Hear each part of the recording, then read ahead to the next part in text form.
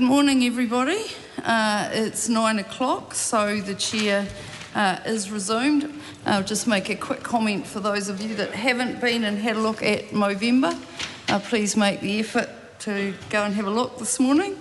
They're in the banquet hall. So when we suspended last night, we were considering the planning bill. I remind members that the planning bill and the natural environment bill are heavily interrelated and that there are matters that are relevant to both bills. This will be taken into account when assessing relevancy and debate. Last night we were debating part 2, the debate on clauses 11 to 62A, foundations. The question again is that part 2 stand Madam part. Chair. Honourable Rachel Brooking. Oh, thank you, Madam Chair. And just for those viewers at home to try and replicate what Scott Simpson used to do, Honourable Scott Simpson used to do when I was in the same seat that Simon Court is in. He'd remind the viewers of the excitement of where we were with the RMA replacement legislation.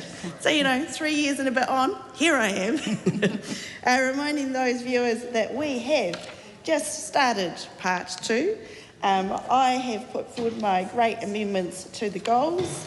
There was not very much interest from the Minister. I've asked about the hierarchy of the instruments, and so now I've asked about the polluter pays principle, so now I'm coming to, other people might be going somewhere else, 13, and that is procedural principles. But before I get there, I have been asking the Minister who was in the chair last night about the track changes in this amendment paper, and whether or not the member in the chair can tell us if it's just a movement or if it's a policy change. So that's the question about 12A. If he can comment on that. Then a movement or a policy change? Yes, so sorry, what I mean by that, Madam Chair, is often in these quite complicated pieces of legislation, bits will move to other bits of the bill and then they'll be tracked as a change, but in fact they might just be a drafting niceness that's not a policy issue, or of course it could be a brand new big policy issue that we might not spot given that we haven't had these changes for very long, that's all, and that they're new from Select Committee. So that's what I was asking the Minister last night, if he can just take us through the track changes as shown on his SOP 709 and tell us what they mean. And it's fine to say it's just a movement, it's not a policy change. Not that I set the rules, but if someone was asking me, that would be a fine answer. Now, procedural principles. This is at 13, and I have an amendment paper 701, which is to delete 1E, and 1E is to act in a pragmatic way that supports practical solutions. And I'm particularly interested in this use of pragmatic way in a piece of legislation. It's not a term that I'm familiar with, You have terms like reasonable and significant and those types of words, but not pragmatic. So I was wondering if the member and the chair would accept my amendment paper to delete that, and if not, if he can tell us why it is that such a novel term won't add to the chaos of this new system and all of the litigation that will surround it. And I'll get to some of that chaos and ministerial making shortly, but that is my question on clause 13. I'll leave it there before I get on to 14. Simon Court. Madam Chair, in response to the member's question around changes to 12A, that is a ministerial decision to clarify that decisions on consents and permits must be made in accordance with the funnel concept in this legislation. So they must first consider the provisions of the relevant land use and environmental plan, and then any national rule contained in national standards. That is policy intent. To the second question the member asked about procedural principle to act in a pragmatic way that supports practical solutions. Well, for far too long, under the Resource Management Act, we've seen planners and decision makers impose impractical conditions, whether through plan rules or consent conditions, on people seeking to use their land for their own purpose. And so we're very clear in this legislation. Pragmatic indicates that we expect decision makers to make trade-offs and to see the trade-offs, to see the benefits in development applications and proposals to use land, and where there are effects to be managed, to come up with practical solutions and to accept an applicant's or proposer's solutions to manage those effects. This is a significant culture shift between the planning system we have now and the planning system that we aspire and intend to have. Steve Abel. Thank you, Madam Chair. Just wishing to acknowledge the passing of Dolly Parton, who I think was meaningful to a lot of us. Moi mai rā.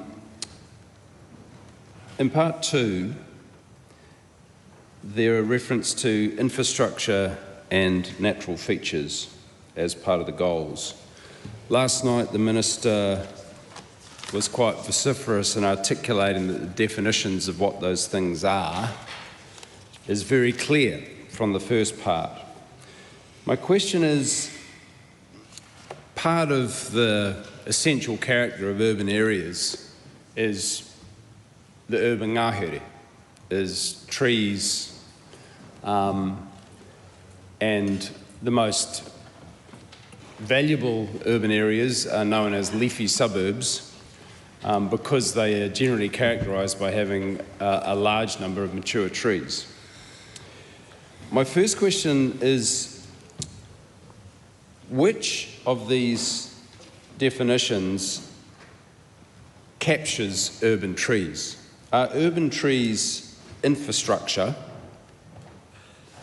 under the definition that's outlined in Part 1, which the Minister referred to, or infrastructure includes a natural feature that is modified in order to perform a public function or support a matter described in any of paragraph A through to D. Now, not all trees in urban areas are modified. For example, in the west part of Auckland, where I live, most of the vegetation there is regenerating native bush. Is that captured by being modified infrastructure? It includes also remnant forest, which is sometimes centuries old. Is that defined as infrastructure? And then further on in that section of goals, Part 2, to protect from inappropriate development the identified values and characteristics of areas of high natural character within the coastal environment, wetlands, lakes and rivers and their margins, which wouldn't include urban trees, reading that as written.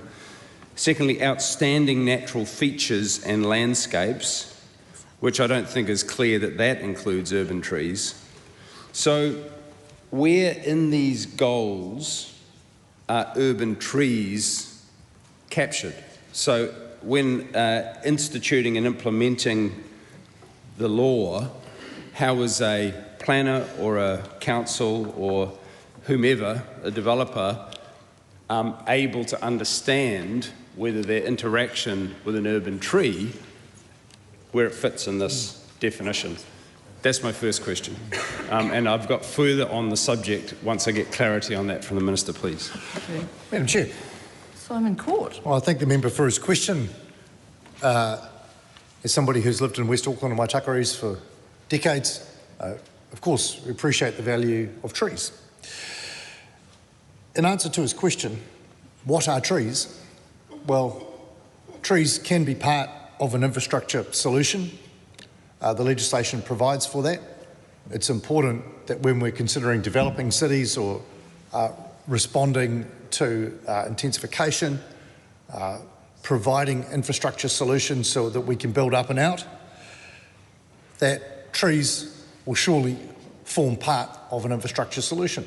whether that's in open spaces for community facilities, or whether that's part of, say, constructed wetlands, places where we can provide for managing stormwater in the urban environment.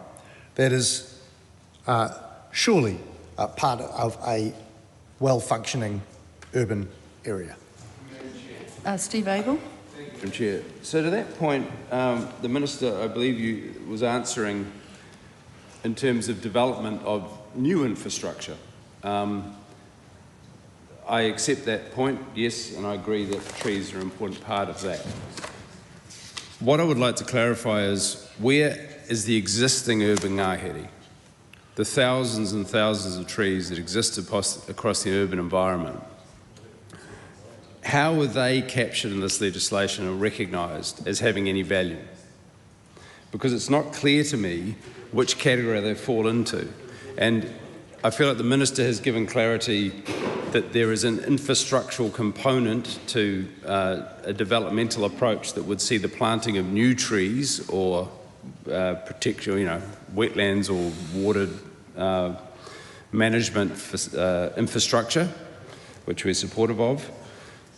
But it's not clear whether he regards the existing urban ngahere, which if you fly across any of our cities, is a striking and appreciated and hugely valuable feature of what makes those cities livable. It's not clear whether that is captured by outstanding natural features, which seems to set a very high bar and wouldn't appear to capture the value of a mature tree standing on public land or parkland or private land. So I just would like a further clarification. Where does the Minister see existing urban trees being captured in the definitions in the goals? And to that point, there's a follow-up question, is that currently we have a scheduling system for trees that are seen as having exceptional value, whether it's ecological value, botanical value, amenity value or heritage value. And they are protected, they have a special protection status. There are around 6,000 scheduled trees in Tamaki Makaurau, Auckland alone. There are similarly large numbers in other cities. And these are the sort of magnificent trees that you might see in Hagley Park, or you might see in the Domain, or you might see growing alongside a road, a 300-year-old Pahutakawa tree, or one of the earliest oak trees planted when the British first arrived. They're recognised for their exceptional heritage, amenity and ecological value. Those are scheduled trees. What is becoming of the tree schedules across our cities through this legislation?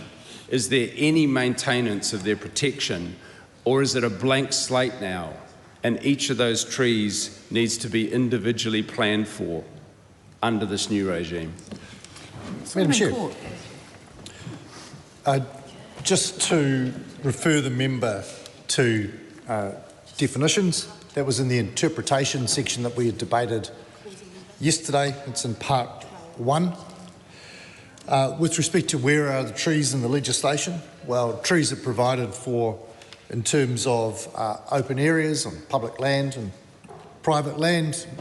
They form part of a well-functioning urban area, which is where the member's questions are targeted. So, of course, we don't need to specify every single aspect of the urban environment in order for people to understand the concept. Where are trees provided for? The member asked, what about the heritage trees, those wonderful trees planted by the English, those great oaks, say in Christchurch, and many others. Some people even regard a Norfolk pine, imported here from Norfolk Island, as a tree that is worthy of some type of protection.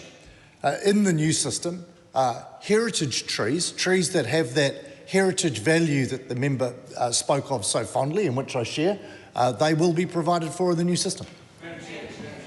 Honourable Rachel Brooking. Thank you, Madam Chair. And going back to my questions before. Thank you to the member for answering about 12A, that's helpful. If we could just touch on this, he said that it's incorporating the funnel approach. Is it relevant to the minister's decisions? That's just one question there. And then going back to 13 and procedural principles, the member talked about how great it was going to be being practical. I would remind the member that I did ask about court cases, and with this new terminology, when we already have in the procedural policies use timely, efficient, consistent and cost-effective processes, so that is there already, and at C, act proportionately to the scale and significance of the matter to which the function, duty or power relates. So those are already there. At D, ensure they have sufficient and necessary information. After considering the cost and feasibility of obtaining that information and the scale and significance of the matter to which the decision relates. So my question, again, that hasn't been answered is why keep including these new words that are unnecessary from what the member's answer was, when that'll lead to more upset in the system. So that's my question on 13. Moving now to 14, which is a very important clause, and it's particularly important because in effect, most of it will be in effect. It's a lot of the use of the word effect, isn't it? In just 1 month's time after this bill commences, and we'll get to commencement provisions later. But it is very important that people understand effects outside the scope of this Act, because it's happening now, and councils need to understand what they can and cannot consider. And I have a couple of amendments on clause 14. So one is a published amendment at 697, and that is to replace where there is at A, both the internal layout of the building and the external layout of any building on a site, if the effects of that layout remain within the boundaries of the site, to delete that number, Roman 2. And then also to specify that these are all very long, aren't they? So my amendment is 697, and a change at 14.1H. So we replace where it says the effect on the landscape if the landscape is not outstanding or not an area of high natural character, with not an area of high natural character, so that repeats, or not regionally significant for the purpose of the regional spatial planning only, so that's a restriction of what landscape is out of scope. And then at 2A, which is would be a new 2A, so at subsection 2 of this clause, it says this section does not restrict the consideration or management of areas of high natural character, etc. So to add to that list, green space and urban trees, which might deal with some of the comments that the member Steve Abel was talking about. But then also I have a tabled amendment paper, and that was tabled at 7:36:06, and this is to at clause 14 after 14.2e. So again, these things that can be considered, well-functioning urban environments, to add in well-functioning urban environments. So that can be a consideration of effects. And then I did have in the last part a definition of well-functioning urban environments, which would again go to the issues that Mr. Abel was concerned about. So I'm asking really for some comment about the importance of those effects outside the scope of this Act, and whether they can be reduced so that rather than the effect of the landscape, if the landscape is not outstanding, that it's not regionally significant, and that we get rid of that external layout of any building on a site if the effects of the layout remain within the boundaries of the site, and then Honourable add Rachel in, Brooking. thank you, and then add in these extra two regarding the well-functioning urban environment. So those are the questions around 14, reminding the Minister that I did hear that question around 12A and 13 as well. Madam Chair. Thank you, Madam Chair. In terms of the member's question about 12A, I have answered that there was a policy decision taken by the Minister. And it doesn't apply to the Minister. It does not. And in terms of other jurisdictions, it does not apply to a court or person exercising a judicial power, performing a judicial function or duty. That's 13.4. So, don't mean to conflate the two things, but in terms of the members' other questions, will there be court cases?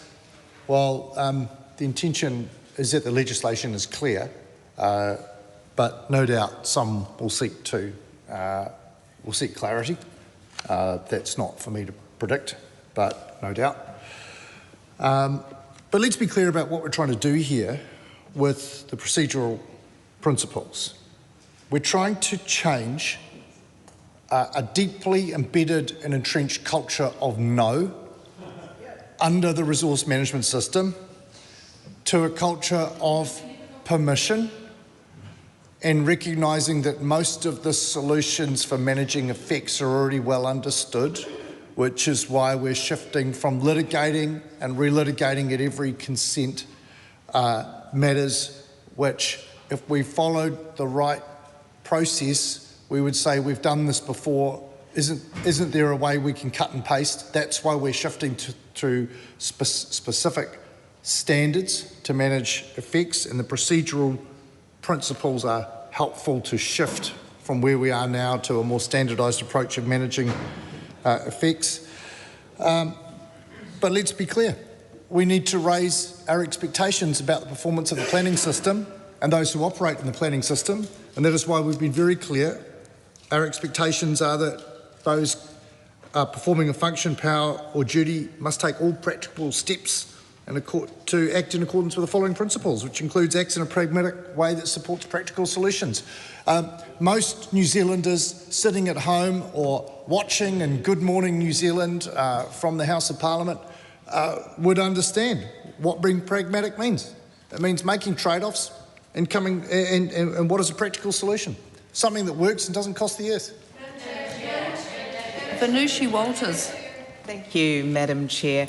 Like my colleague, the Honourable Rachel Brooking, I have a question about Clause 14, which is, of course, the clause that essentially deals with mandatory considerations that the duty holder must not consider, which is an interesting way of framing it.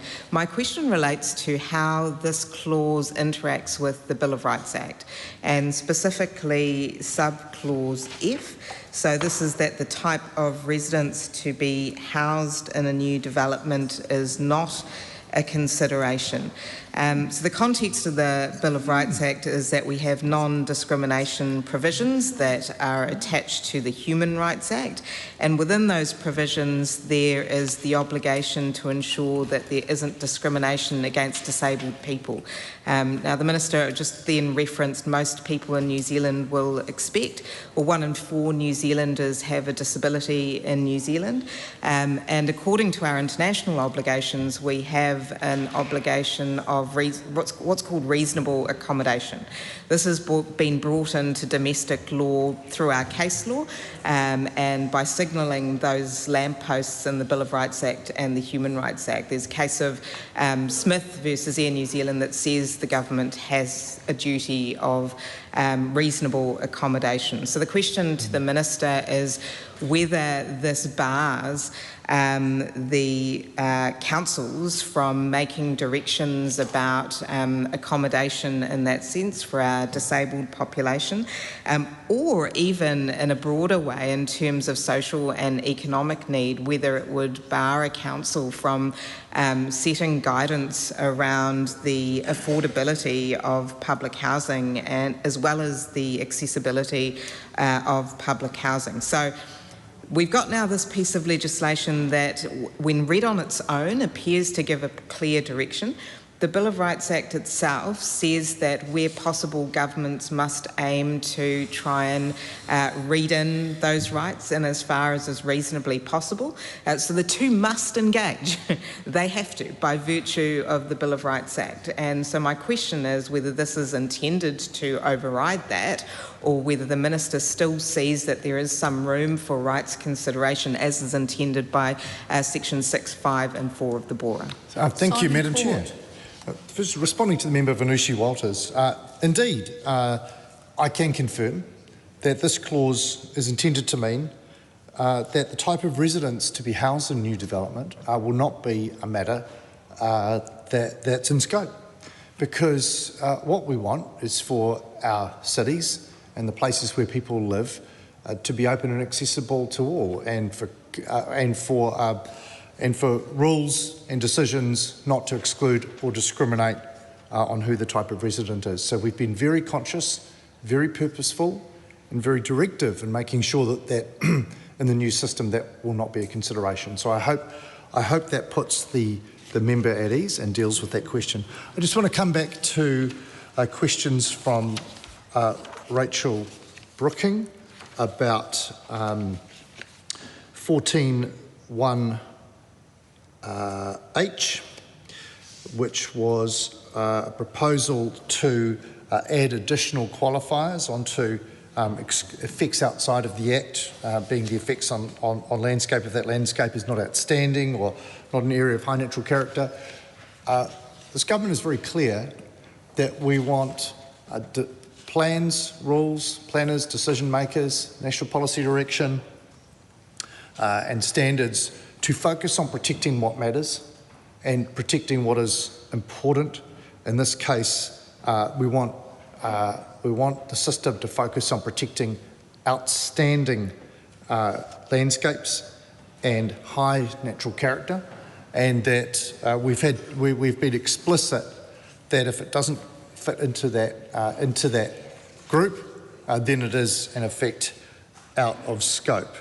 I want to just address the member's question on 14.2A, where the member has proposed adding an additional qualifier to 14.2, which for those listening and watching, this section does not restrict the consideration of the management of areas of high natural character within wetlands, lakes, rivers, and the coastal environment, within 3 nautical miles of the shore, and outstanding natural features and landscapes in the coastal environment, significant historic heritage, sites of significance to Māori, and the effects of natural hazards. Those are all in scope of the system, so we've just been explicit in this part that they are not excluded. But if we're going to start adding additional matters like green space and urban trees, the next thing is we're really starting to introduce matters that are out of scope of the legislation in terms of what it is intended. What are effects that we're trying to manage? Because there are positive effects of green spaces and positive effects of urban trees that councils or private property owners are quite happy for them to invest in those things and to provide for those things, but they're not an effect that needs to be managed in the context of this legislation. Honourable Julianne Genter. Tēnā koe, Madam Chair, thank you. I have a specific question about the wording in 14.1b. So this is clause 14, subclause 1b. It says negative effects of development on trade competition are out of scope. what is meant by negative in this context? Because I would read it as reducing trade competition is therefore out of scope. But then it says including on competing providers of input goods and services. So that it's just a bit unclear. Do we think negative effects of the development on trade competition mean less competition or more competition? Because the second half of that subclause seems to imply that you can't consider that it would make things more competitive and that would adversely affect a business that's there because, let's say, a competing supermarket's going to set up. But then I would think that would be a positive effect of the development on trade competition. So I'm just a bit confused about that. But I also, while I'm standing, just in case I don't get another call on this section, I just want to ask the Minister, while there's this, you would not find a bigger advocate for allowing more housing within existing urban areas than I. But I can think of, I guess I want to ask, under this regime, who is responsible when the impact of a development becomes clear? And I have a very specific example in Island Bay at the moment, where the Erskine Chapel, a whole lot of housing was put in there, which is great. Council gave consent for it. Unfortunately, there's a lot of paved over area because it's very car oriented. It doesn't need to be. But there are now constituents who live down the hill from the Erskine Chapel who say since that development went in, their house is repeatedly flooded. Who bears the cost of that impact when that was not foreseen? Because the council isn't in a position to, and doesn't seem like they're going to be able to. And I'm not even sure if legally there's a way to hold them responsible. Where's the developer? Is it the owner's that's the sort of problem and impact on individuals and families and neighbors that we're trying to avoid through a sensible approach to planning. And I'm just a little bit concerned that in the rush to get rid of harmful rules or a harmful approach to planning, the government is actually getting rid of everything. And now we have, this is obviously that happened under the previous regime, but I could see it happening a lot more because it's not clear when these things become obvious after the fact of permitting and consent. Who is helping these people? Because they're being told, their insurance company is only going to repair the job so many times. The insurance company is never going to provide the funding to significantly protect the property. And it is clearly an impact from the way the development happened. Not the fact that there's more homes, but the fact that they didn't do sufficient work to ensure that the stormwater runoff wouldn't adversely affect the places around there. So I'm just trying to get to the fact that we heard in the Select Committee, particularly around Clause 4, that there were issues around cumulative impact of developments. How does that get taken into account? Because it seems like it could be excluded. And just to the Minister's point, why should urban trees be considered? I mean, urban trees and planting and green space are all ways to prevent flooding and over inundation of our reticulated stormwater network. So that's a reason why it probably should be in the goals. So I'm just interested if the Minister can address how under this regime, who is going to be responsible when for considering what the impact of stormwater and flooding is going to be of specific developments, and how do we hold people accountable? Who pays the price when we get that wrong and we've permitted too much of the wrong type of development that's affecting then other people? Madam Chair, Simon Court. in answer to the member's first question about effects excluded under this Act, negative effects of development on trade competition, including on competing providers of input goods and services. The intention is that we want more competition and that effects on a trade competitor, which have been brought into planning discussions in the past, are specifically excluded. So if a business wants to set up, sell something to people, trade, exchange value for value with other members of the community, they should not, their ability to carry on trade should not be a matter that the planning system needs to consider. So in answer to the member's second question, we've got 2 hours, about A specific case, oh yeah, I'll be back. A specific case where it sounds like there's some stormwater impacts on people downstream from a development. Look, nothing's changed in the way that those type of matters are viewed between the Resource Management Act and the system that we're intending to implement. But there will always be a need to assess effects beyond the boundary, like stormwater runoff. And if the member was to look to clause 15, considering adverse effects of activities, the member will be able to see what is envisaged there. Thank you. I'll just make a point before I take another call, in that the Minister was referring to his 2 hours. There's still lots of questions, but I will note that a lot of the people asking questions are taking quite full speeches. I'm not going to close anyone down while there's still relevant questions going, but I'd really like the questions to be a bit more succinct than what a number of them have been this morning. Aruna Williams, you have been very patient. I want to ask 2 brief questions of the Minister, just clarifying earlier what he said. So I'm on page 45 at 13.4. He clarified that the hierarchy as he has provided, it doesn't apply to the Minister's decisions, and he drew on that sort of judicial power for the reasoning for that. When the Minister's appointees are making decisions using the Minister's public power, does that also apply to them? Say the hearings panel in Auckland, which is a special case. I just want to clarify whether it applies to them or not. The next question I have is about both the effects and procedural principles. This is a new substantive question. It is about how the hierarchy applies when making procedural decisions, when also considering the broader requirements of the duties which exist at common law under Te Tiriti o Waitangi, the duty of active protection, the duty of good faith, the duty to consult. I'm asking him in a similar way to how human rights are intended to provide at the end of all exercise of public power, you also need to comply with our international obligations in relation to human rights.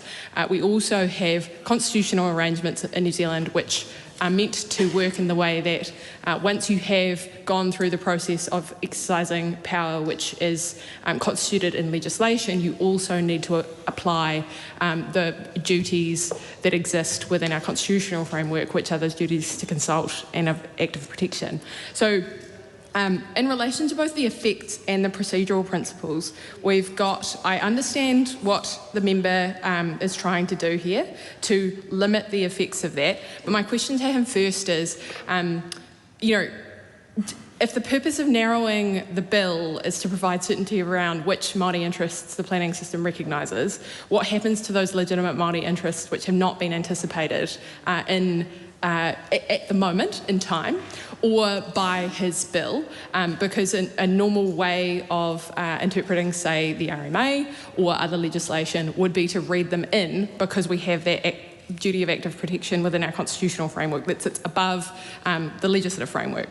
Second question to that is, to the member, does he accept that the courts have developed that consultation requirement specifically as part of the informed decision-making processes that we require people who are exercising a public function, because the Crown cannot always determine for itself in advance of a consultation procedure the nature and extent of Māori interests that are affected?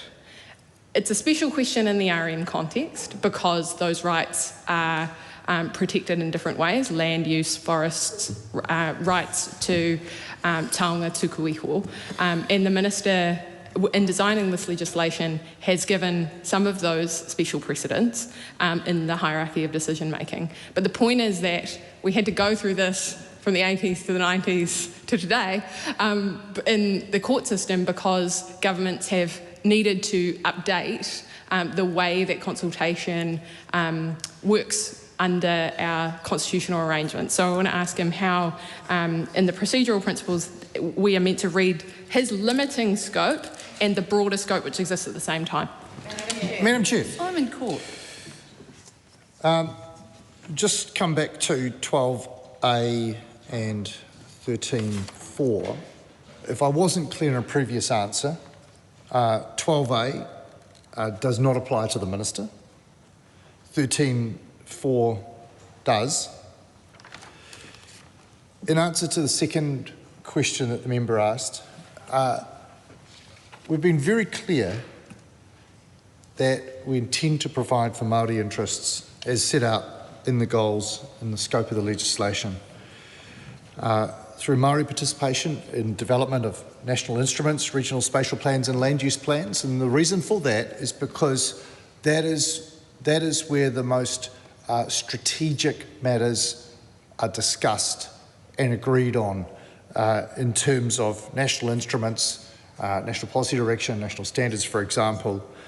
The regional spatial plans that identify, say, where natural hazards are and where infrastructure is, and land use plans which set the rules for a district, for example. We feel very strongly that is the right place for Māori interests to be identified and expressed, and that extends to the identification and protection of sites of significance to Māori, some of which are identified here. That's not an exhaustive list. And enabling the development and protection of identified Māori land, because for far too long we've heard that it's too difficult to develop Māori land. There are a number of barriers to that, not all of which are covered by this legislation, but in this legislation we want to be absolutely clear that we want to enable the development of identified Māori land. That is the intention of this legislation. I've covered the intention, how this government intends to provide for Māori interests.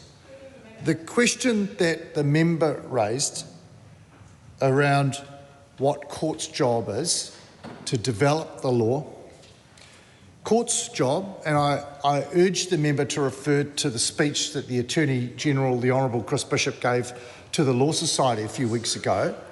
The Minister was absolutely clear. It is Parliament's job to establish the law through the parliamentary process, and it is the court's job to interpret that law. And during the development of this legislation, the Minister and I have held that front of mind, which is why we have chosen very carefully the words in the legislation, and they mean what we intend them to mean. Tabitha Paul. Thank you, Madam Chair. This is my first contribution in this debate, so I appreciate you allowing me to take a call. My call is going to focus on Clause 11.1i, so continuing on the question lines around Māori interests, and appreciate the Minister's comments clarifying intent, but I'm more interested in the avenues by which that intent will be delivered. So, and I do have, I think, 3 tabled amendments which seek to strengthen and protect Māori interests within this bill that I will speak to as well if I have time, taking the Chair's advice to stick to questions and not yarn for too long. So in terms of those Māori interests being provided for in the bill, I want to understand what avenues will councils have at a regional or at a city council level. What tools will they have available to make those interests known and to actually give effect to partnership between iwi or hapu and councils? Because that was the intent of mana whakahono Arohe, that those were the arrangements by which iwi and hapu and councils or local authorities could get together and develop shared principles of planning, shared aspirations for land use within their rohe, and those have now been taken out with great announcement by the government parties in collaboration with federated farmers and other advocacy groups. So if the Minister could let me know what are some of the avenues where that collaboration and where that planning takes place, that would be really helpful. And none of us on this side of the House would say that saying, oh, councils and iwi will just have to work it out is sufficient. Because the reason that mana whakahono arohe existed in the first place is because councils across the country were so inconsistent with their consideration of protecting special Māori interests, sites and aspirations. So what is the vehicle by which those points under 11(1)I will be actually carried through? Because those are the ends we've got in the bill, but what are the means by which that will be expressed? The other questions that I have on that point is, how has the Minister considered the fact that so many settlements that have already been settled across the country with various iwi and some hapu groups and those who have legislation that recognises multiple hapu within a rohe, how has the Minister considered that those treaty settlements were negotiated on the assumption that the provisions to protect Māori interests which existed formerly within the RMA? Now that those interests have been obliterated, how do you go about rectifying settlements that were made on assumptions that no longer exist? That's really important. The final question that I had Māori... I've just been told that your most recent point was back in part 1. Okay, that's right. I'll come back to this point that I've been talking about, and is a genuine question for the Minister whether himself and the Honourable Chris Bishop have considered whether issuing national direction using the tools available in this part in terms of policy direction, policy statements, can be, or if there's an intention to use those instruments to actually provide direction on Te Tiriti o Waitangi, because the competency, I don't know if the Minister is aware of this, but the competency throughout councils in this country to actually understand what Te Tiriti means and what rights were entrenched and what different iwi and hapu have entrenched in their settlements or agreements with council, the competency is lacking.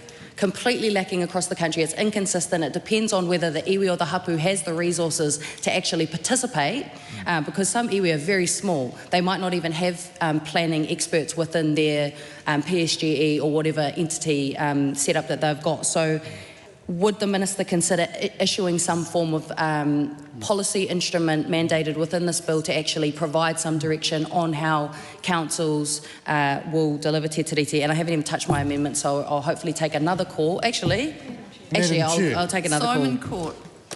Yeah, Madam Chair. Look, many of the matters that the member raised were covered in debate last night on part 1, particularly around mana whakahono rahe agreements. But let's be clear, Māori participation is provided for in terms of iwi participation agreements. That's provided for in legislation. There may be other ways that council seek to engage. And in answer to the specific question, yes, national standards can be used to provide more detail around how that engagement may occur or is required to occur. And councils are also required to consult with iwi authorities before notifying plans and that have a regional role. So there is provision for it. We do recognise that across the country there is variability in the way local government engages with Māori groups about various matters. But in relation to this legislation, we're very clear what is in scope. It's in the goals set out in clause 11(I), and we intend that the Crown fulfils its obligations and that those acting under the legislation do too. Tanushi Walters. Madam Chair. This is actually a supplementary question from a question I asked a while earlier on reasonable accommodation. And I just did want to say that the Minister made the point about being clear in terms of their objectives, and of course one of the things that courts look to is the Hansard, and particularly responses from the Chair during this session.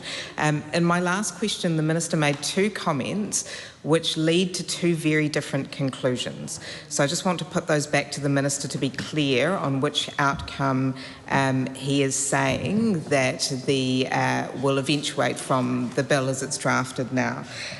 So On the first hand, when I talked about reasonable accommodation and whether a council could set guidelines in terms of disability, for example, the Minister said no at the start of his answer. So, for example, if a council said they wanted 10% of housing in a particular area that had reasonable accommodation in terms of transport, according to the first half of his answer, it sounds like that would be unlawful or outside the scope of the legislation.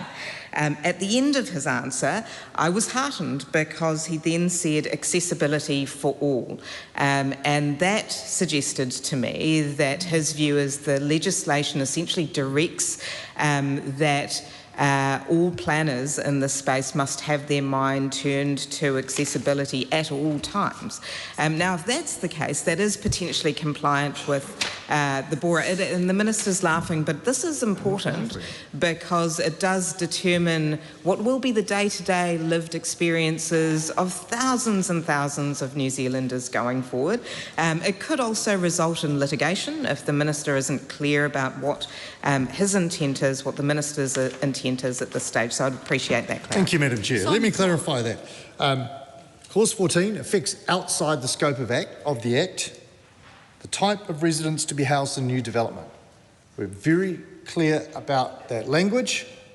That's what it means. A person exercising and performing a function, power or duty under the Act who's considering an effects of an activity must disregard the type of residence to be housed in a new development. Now, the member then segued into outcomes. Look, under Clause 11 goals, we're very clear the instruments of this Act must seek to achieve the following goals, but we're also clear that's not in all places at all times. So, clarify any misconception the member had that the type of residence to be housed in new development, that is, they are effects outside the scope of the Act. Thank you, Madam Chair. Honourable Deborah Russell. Thank you, Madam Chair. I'd like to draw the Minister's attention to Clause 15A.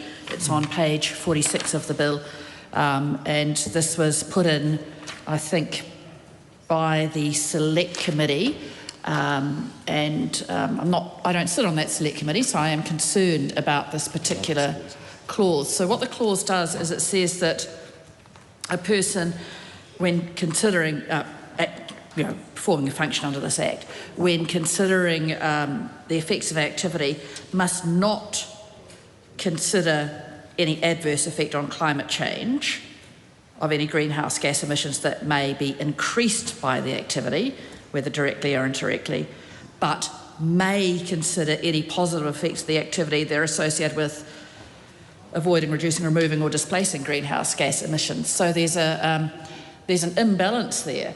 I was trying to think through an example, and I guess one example might come down to wetland. So we know that with some activities,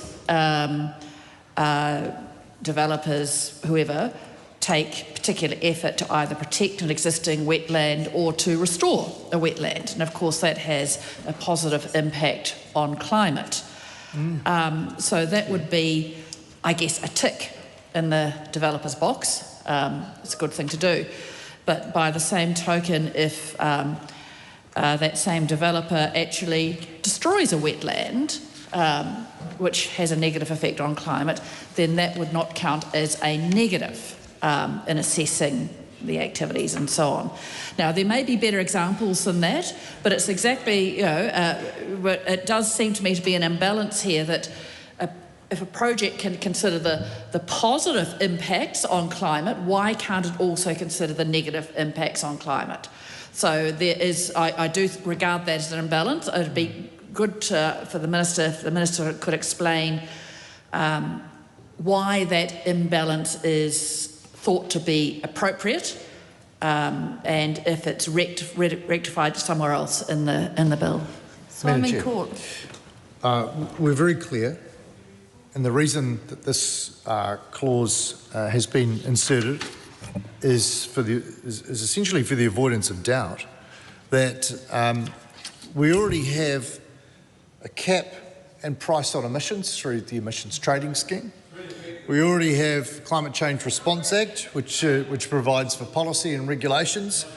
And the intention of this government is to reduce regulatory duplication and overlap, avoid matters being considered in multiple scenarios, whether it's a Building Act matter or a climate change matter or whatever it is. So we're very clear. There's already legislation and systems to deal with the adverse effects of climate change. But we do want decision makers to be able to consider the positive effects of, say, reducing emissions, because there may well be cases where planners and decision makers need to make trade-offs about, say, the establishment of batteries, wind turbines, solar panels, and the impacts that that may have on others. And so we want to make it clear that where there are positive effects of an activity, such as providing for energy security and affordability and diversification of the energy system, that they can be considered as a positive effect. The government's intention is very clear. The language is clear. It means what we say in the bill. Lan Farm. Thank you, Madam Chair, and really great to be examining 15s. What I'm really keen to just pick up very briefly is a clarification from the Minister around the out of scope, clause 14. And because I've got some really specific examples that we heard during the Select Committee time, which I'm really interested in the Minister's response to where these communities actually go. Because these are, what we're talking about here is concerns that were raised about outstanding natural landscape and areas of high natural character essentially being too high of a bar. And we heard from the likes of Waitomo District Council, particularly around their karst systems. They're rare, they're valuable, they're fragile. Areas like geothermal features, braided rivers, high country tussock landscapes. How will these, what is the pathway now for these areas that don't meet the high bar to actually be provided for and considered in the planning landscape? I note particularly we had a really good submission from the New Zealand Institute of Landscape Architects, and they raised similar concerns about these cumulative losses around the landscapes that have very significant values, but they have not been at that bar to actually meet either outstanding or a specific categorisation of high natural character. They described the exclusions as, if you really want to protect those areas of outstanding landscape or high natural areas, these exclusions of the areas that basically lead up to them, they use the term structural blind spots. And so I really want to hear from the Minister how regions, district councils, however they're trying to provide for these areas in the spatial plans, how they're actually going to do this when the bar essentially is really high. Thank you, Madam Chair. Simon Court. Oh, look, I do welcome the member's question, particularly as a self-confessed geology nerd. I'm familiar with the karst formations in the Waitomo district. I've been underground in the Waitomo caves a number of times, including in other caves, and I've spent quite a bit of time on friends' farms in that part of the country, and it is fascinating. But there's one thing that I can reassure people listening and watching, that hardly anyone lives in Waitomo, and that there may well be a need. A few people do. Hardly anyone lives in Waitomo compared to places like Auckland, and there may well be a need for future development, including in places where this underlying geology exists. But if we were to recognise every all of the underlying geology in New Zealand and attribute some special characteristic to it, we wouldn't get very far. So we've been very, very clear that in the goal, we want to protect areas of high natural character and outstanding natural features and landscapes from inappropriate development. We intend that development proceeds in places that have these values as long as it is not inappropriate. And that's different from the resource management system, which provided for protection of a whole lot of landscapes and features and natural character that is locked up land that could otherwise be developed for productive use. Might want to build a hotel on it, might want to build a gondola, might want to build a luge, you never know, might want to set up another Waitomo Caves operation down in Waitomo. So the resource management system is far too restrictive. We recognise that New Zealand is largely empty in many of the places, even where development is possible, and we want to make sure that development that is not inappropriate can be provided for. I'm going to take a call from Honourable Rachel Brooking. We've done quite a lot of coverage of this up until about subpart 2 and just touched on 15, but I know that the member has a process that she follows around her questions, so just want to check to see if there are any burning questions left up until that point before subpart 2, because I really would like to move forward. These are new questions that haven't been addressed yet on 14, and 14 is so important because it is really the mechanism by which the ACT party and the member is restricting environmental considerations and is enabling what he specified. So that's why we're quite focused on it. I want to ask, though, as I said, some different questions. One is in response to the member's response to Nunn Farm, and that is that these effects outside the scope of the Act considered in Clause 14, that they, it's not just for consents that these activities that these factors must not be considered, that they must be disregarded. It's for the planning as well. So that's the one question that he can confirm that. My second question is on 1C, and that is retail distribution effects are outside of the scope, and this is quite a new idea. I agree with what the member was saying about trade competition. Nobody likes trade competition. I take Honourable Julianne Genter's point about the wording.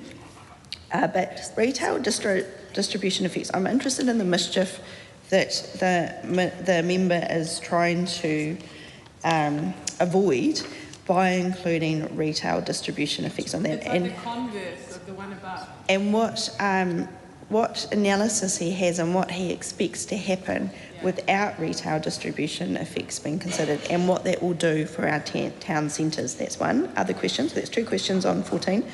And then at E, we have the character, appearance and aesthetic qualities of a use, development or building. Is it the member's understanding that E means that urban design is disregarded? Where does urban design sit with that E? Is there any room for urban design at all? That's three questions. Fourth question is a new insertion in this amendment bill is this concept of activities located more than 3 nautical miles from the landward boundary of the coastal marine area. They must also be disregarded on an outstanding natural landscape or feature, an area of high natural character. Now, I imagine that most of the activities that would be located more than 3 nautical miles from the landward boundary are either going to be offshore wind or I don't know if that would be onshore in some places, but wind turbines or aquaculture. If the member can talk us through why this is now in the amendment paper. So this is a new concept that's fresh. It is a policy change. I don't need to ask my standard question.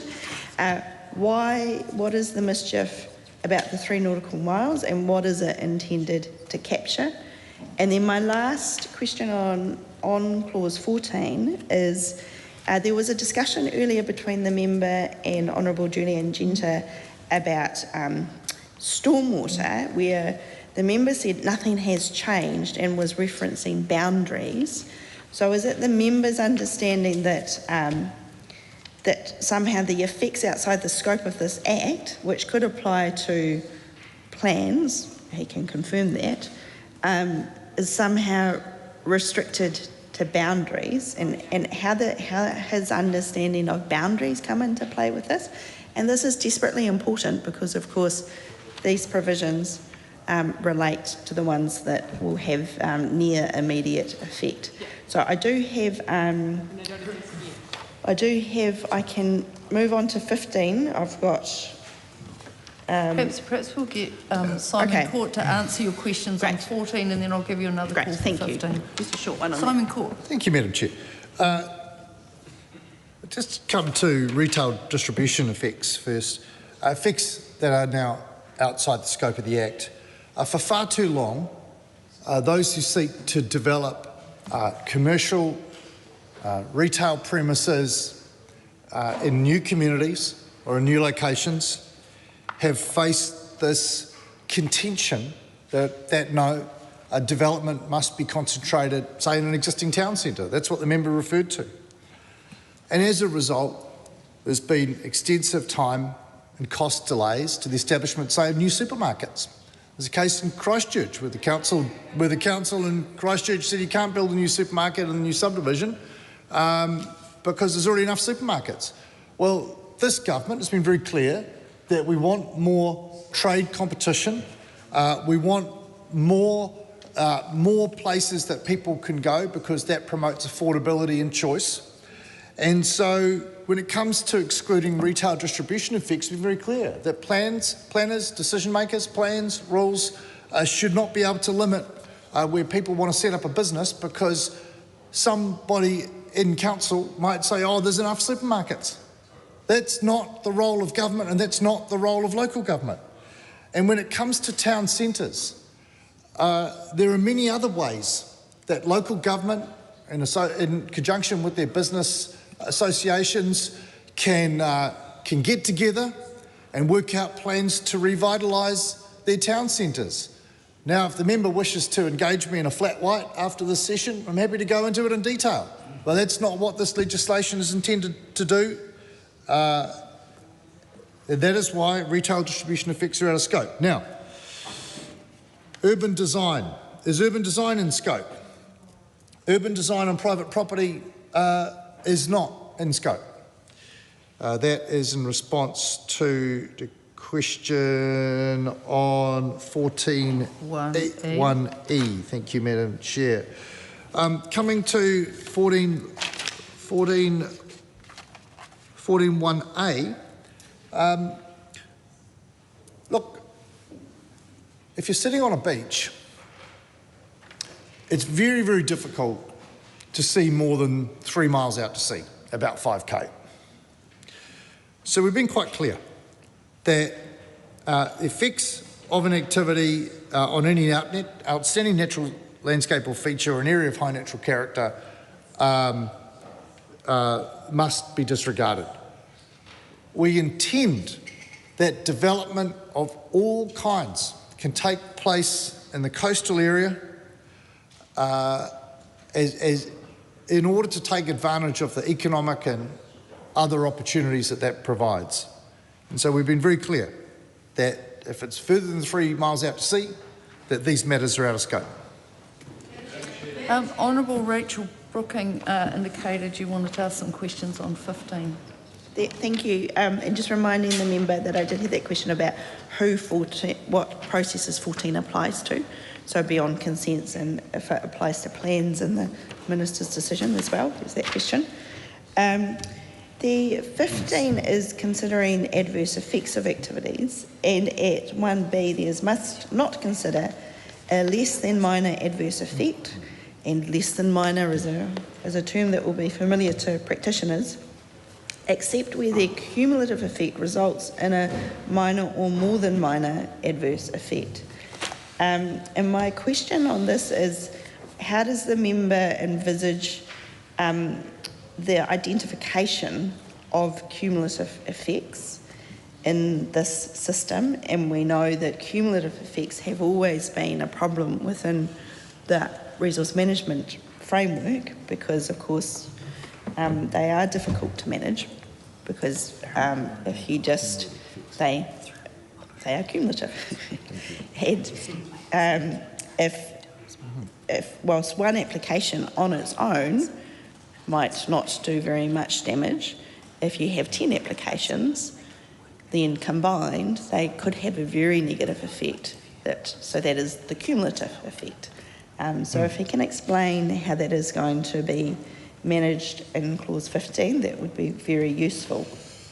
And then, because it's difficult, cumulative effects is difficult, then I just have one final question on the subpart, and that goes to 15A, and there was an exchange before between Honourable Dr. Deborah Russell and the member and the chair, and he talked about the positive effects of the activity that could be and that can be considered, and the references were to batteries and things like that. Now, I'm interested in urban planning, so does he think that those positive effects can also apply to urban planning? So an example would be something around public transport. If you are putting in a bus lane, do you get the advantage of that consideration of a public effect under 15AB? And those are my questions on subpart 1 of part 2. Thank you, Madam Chair. Simon Court. I thank the member for her question. I'll just come back to a question that she asked in a previous question about stormwater matters. Look, the effects of stormwater beyond the property are in scope and will continue to be. Well, the member's free to ask another question when she gets the next call. Yes, 14 applies to all in the system. The question about cumulative effects, 15, considering effects of activities. Cumulative effects can be detected through monitoring and the need for enforcement, and then councils can choose to change plans, change rules, and potentially there can be changes to national standards as a result of identifying issues associated with cumulative effects through monitoring and enforcement. But there are some potential cumulative effects that can obviously be assessed up front, such as multiple small water takes from a catchment, and that is envisaged by the system. The member also asked a question about considering the positive effects of an activity for avoiding, remedying, reducing or displacing greenhouse gas emissions. Would a bus lane be a positive effect? Yes, indeed. And the intention of the legislation is to encourage good stuff that leads to leads to a reduction in greenhouse gas emissions, but not punish or stop other things. Thank you, Madam Chair. I want to make it quite clear that I want to move on to subpart 2 now, but I just do, in fairness, is one of those 3 people standing up on the side of the Greens did have a question prior to clause 16? Yes. Let Scott have a turn. Yeah, Scott Willis hasn't asked a question yet. Thank you, Madam Chair. I appreciate this, and certainly my question is in prior to subpart 2, clause 15A, and I refer to, we've had 2 previous questions from my colleagues in Labour, but the Minister yesterday asserted that the climate change is dealt with elsewhere, so it shouldn't be in the planning bill. And I missed the irony in that response, because we can see that climate change is dealt with in the fast-track legislation because it's going to open up the Denniston Plateau, and that climate change is dealt with the Gas Security Fund. But those are bits of legislation that are opening up. So my question is about this asymmetric upside that this bill gives us, because clause 15A says that a person must not consider any adverse effects of climate change on any greenhouse gas emissions that will or may not result or be increased by the activity, whether directly or indirectly. But then the subclause, as we've heard, says that we may consider any positive effects of that activity which is associated with avoiding, reducing, removing or displacing greenhouse gas emissions. So how is it rational that we can consider the upside but not the downside? We can't consider the greenhouse gas emissions of a coal mine, but we can count the use of electric heavy vehicles at the coal mine. So can the Minister really explain the rationale behind this, where we're not considering the adverse effects, but we are considering some of the positive impacts, and we have a commitment to meet our climate change greenhouse gas emissions by 2050. I'm trying to understand how this works together, why it's rational. Madam Chair. Simon Court. Madam Chair, we've gone over that ground extensively. The Minister last night, I've answered a number of questions today basically on the same topic. The legislation's very clear, the drafting's very clear, it means what it says. I'm going to take a call now from Honourable Rachel Brooking because we are moving on to subpart 2. Thank you, A point of order, Steve Abel. Not questioning my ruling, of course.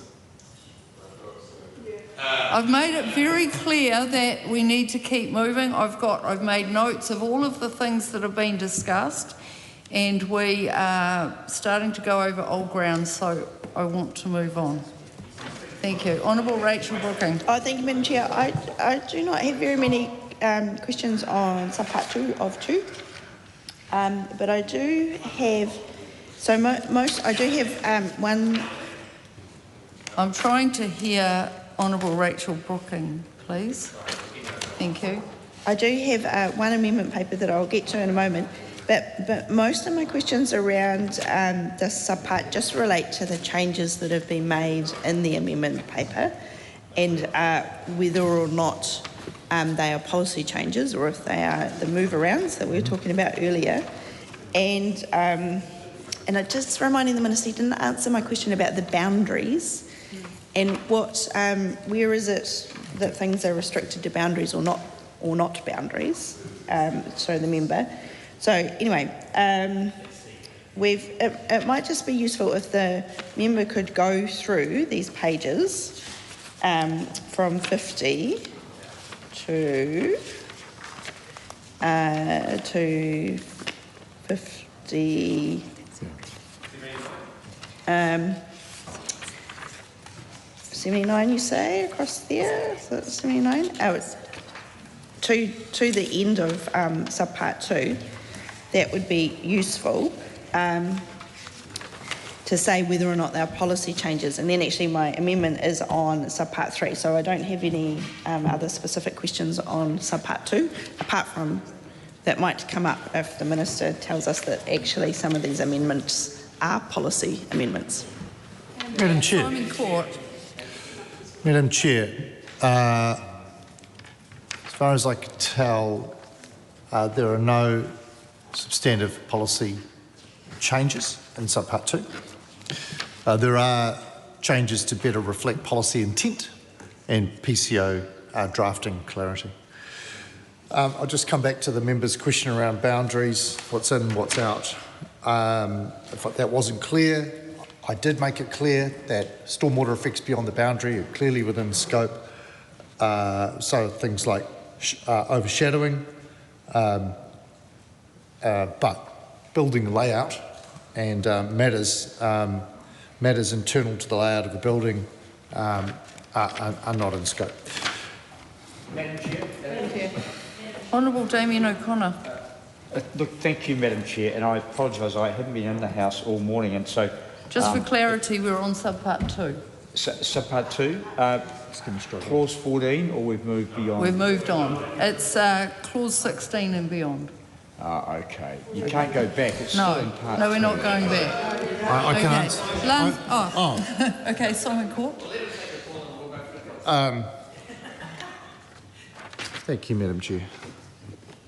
I was just about to take Lan Farm's call and then the members stood up. So, Lan Farm. Thank you, Madam Chair. Noting that there haven't been substantive changes, but there have been changes, I'm really keen to pick up on concerns that were raised by submitters across Clause 20 and Clause 21. So the most consistently and strongly expressed concern was really about the concern that particularly Section 20 might over-protect existing uses, particularly when it comes to hazard-prone areas. And councils were really concerned that this could undermine their own ability to reduce those risks over time by moving development away from certain areas. This was across local government, it was professional bodies, and it was hazard agencies and insurance companies. They were all concerned about this. So they raised the point about the concern that buildings might be rebuilt like for like in these areas, even where risk from new information is materially increasing. And we had both Tai Tuara, which is the professional body for local government professionals, and Greater Wellington Regional Council in particular, pointing out that these clauses could actually frustrate their own adaptation and managed retreat planning. We also heard from Tauranga City Council, Tasman District Council and Christchurch Council seeking amendments that actually allowed them to remove existing use rights where new information has shown that hazards would then essentially pose intolerable risk or increasing risk over time. One of the submitters we had was from the New Zealand Banking Association, and they talked, again, just clearly how critical it is that this legislation steers individuals, steers councils, steers developers away from these areas. So my question to the Minister is, does he feel like where these clauses have now arrived at, does he feel that these concerns have been addressed, noting that there hasn't been substantive changes? Really keen to hear his response. Madam Chair, thank you. The member raises a really important point. I'll answer the second part of the question first on 19A.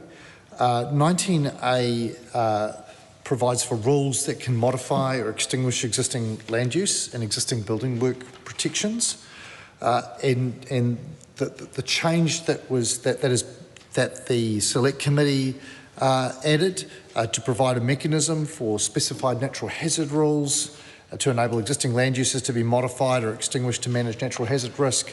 That's been retained, and a further minor technical change has been provided for in this amendment paper to clarify that requirements for a rule to qualify as one of these special natural hazard rules, that they can qualify as a national rule or in a land use plan and proposed land use plan rules with legal effect. But 22A provides for existing activities affected by these rules to continue while the plan making and consenting processes are completed. And the reason for that is because natural hazard rules have immediate legal effect from the time they're notified, even though potential appeals to plan rules have not yet been completed. So we've provided for sufficient and limited flexibility so that these activities can carry on rather than being forced to comply before the rule is finally determined. It's essentially a natural justice matter for people who are affected by this type of rule. Aruna Williams. Thanks, and I thank the member for the explanation of that. So I want to ask him specifically about clause 22 on page 51. Existing building works, this clause goes so far as to include at 22.1 Roman 2, sorry, 22.1c Roman 2, all of the allowed activities that were permissible without a consent at a certain time. So we've written in that the natural hazard rules will apply from the beginning. So in answer to Lan Farm's point, in situations like the Tauranga Council where they're notifying a very large number of landowners that their properties will be affected by flooding in the future, the member has taken care of that situation. But in the situation where you have very long-term consents, or in the situation of, say, wharves built on properties that extend out into mangroves or into swamps or into lakes or into the sea, where those didn't need a planning consent, he's also included those. And the natural hazards rules won't affect those because they're not immediately impacted by flooding or any kind of environmental impact that will cause harm to life and limb. But they are things that councils want to regulate in a different way in the future because they will be affected by different environmental impacts in the future, like rising sea levels and erosion of beaches. So in that kind of situation, existing structures and the rules around them do need to change with planning changes. But I think the very broad exclusion, well, the very broad permissive nature of what's drafted in now means that they're not. And I can understand why he's done that for building works that are consented and are stuck in the system, in the situation of the Auckland developers who were just stuck in the system because the permissible activity under the old system now needed a different sort of permission in the new system. That makes sense because the check was at the Building Act check and those consents were short-lived. A decision maker had made a decision in a short time. But what about those wharves that are 30 years old, or the fixes in the Rangatoto batches which are 90 years old? Can he explain that very, very permissible II doesn't seem to make sense in those situations? Madam Chair. Simon Cord. I thank the member for the question. Clause 22 is essentially a carryover from the RMA. Yeah. So status quo, no change. And the member's free to take another call if she has further questions. And on 23, the member referred to wharves. Wharves are more fulsomely covered under the Natural Environment Bill, which we'll be getting to later in the week.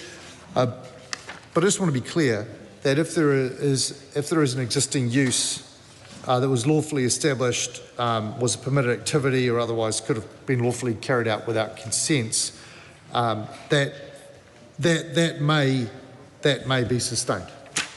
And that's under, just with reference to clause 23.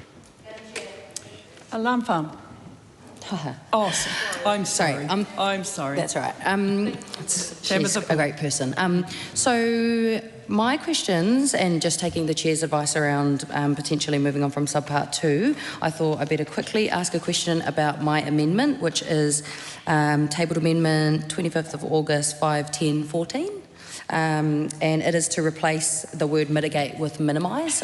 So that's under clause 25, duty to avoid, remedy or mitigate adverse effects. I wanted to ask the Minister whether he might consider replacing the word mitigate with minimise, and I think it's pretty self-explanatory, but basically mitigating means obviously offsetting potential adverse effects, but I think it would be good if those, or we think that it would be good if those adverse effects didn't happen in the first place. Therefore, maybe the person undertaking the whatever they're doing with their consent, or under the plans or under the rules, whether they should be required to instead minimise that effect as opposed to just mitigate.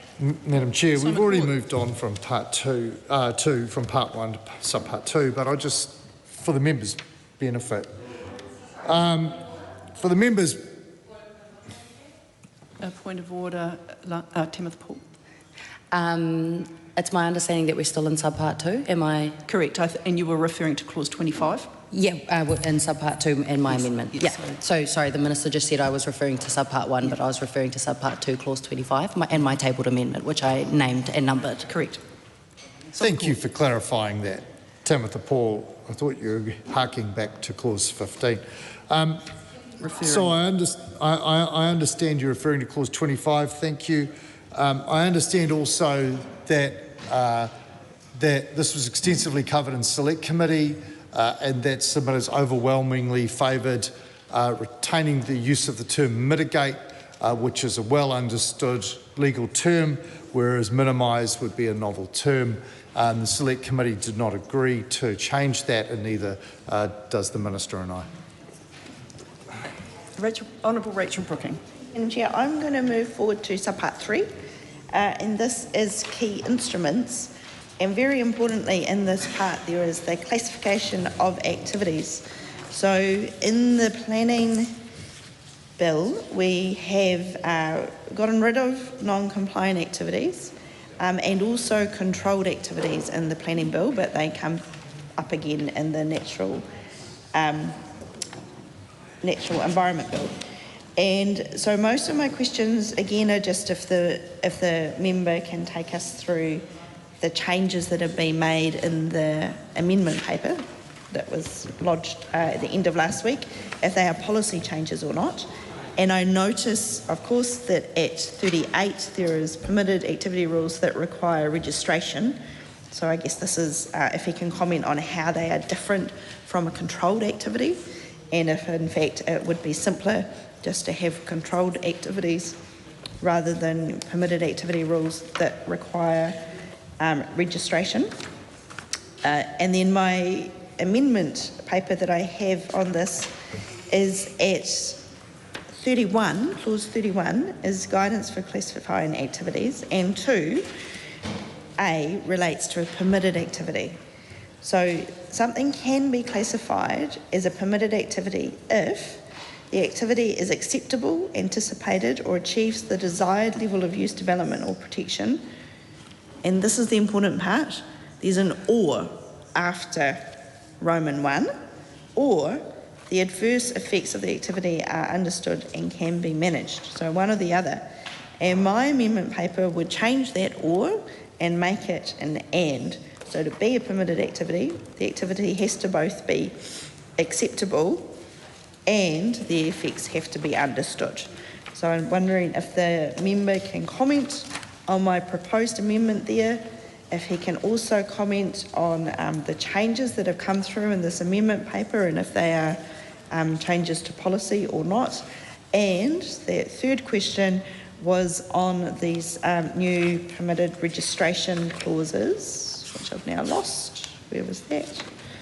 That's at 38. And if this, if it would be simpler, in fact, to have it as a controlled activity, as we will get to controlled activities when we go to the natural environment bill, and if not, why not? What's the policy intent here? Thank you, Madam Chair. Simon Court. I'll just cover off 28 first. That's been deleted in its entirety as it was considered unnecessary and added complexity, and these matters can be better directed through national standards or non-statutory guidance. That was a decision that the Minister and I took. On 31, guidance for classifying activities, a permitted activity.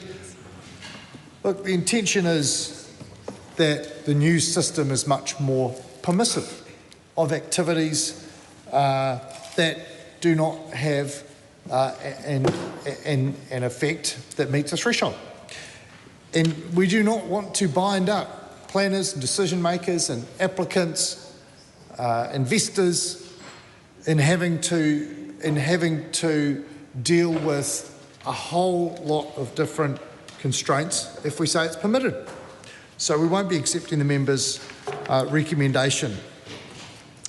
On 38, permitted activity rules that require registration.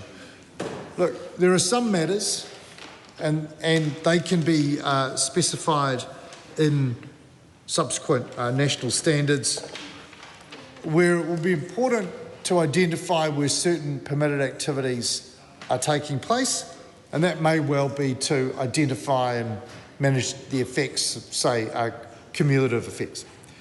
But we didn't feel it's necessary to retain from the RMA a controlled activity status because so many more activities are going to be permitted and are going to be provided for in national standards.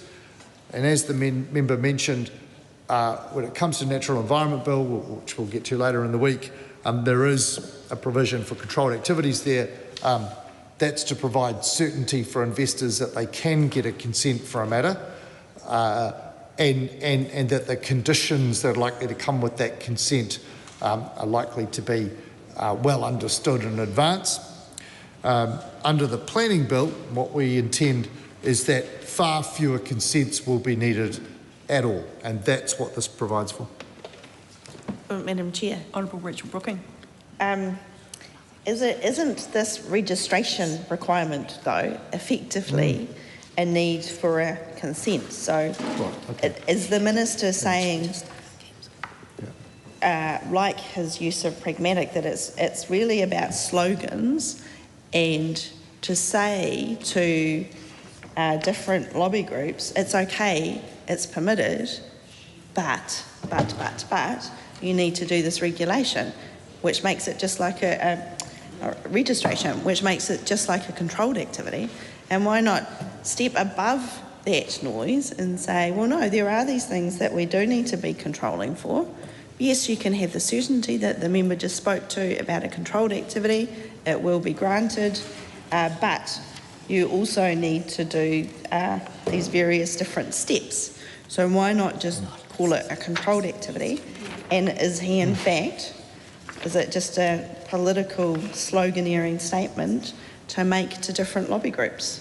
Madam Chair. Simon Court. I reject the assertion in that member's question.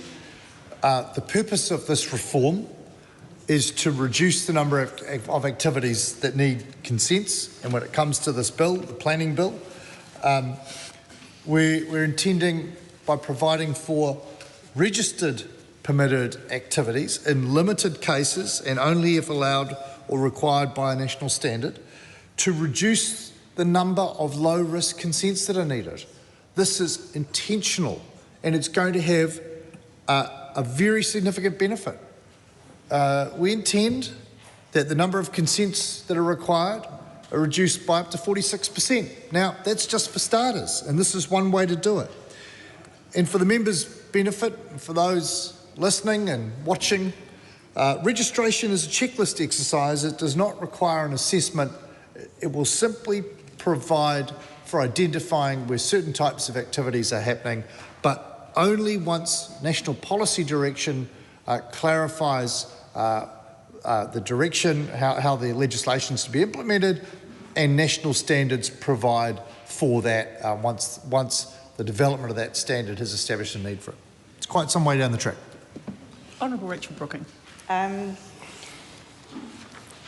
move on to subpart 4, I think, and that is national instruments. And these are very important because so much of this Act turns on what is in the national instruments. Yeah.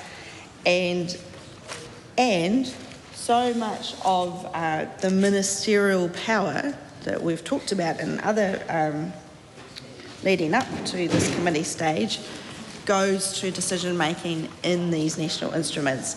And it's been described to me like a spinning top. So whilst the government members talk about a funnel, you can also look at it like a spinning top, that you have all this weight at the top that the minister decides in the national direction, and then that flows down.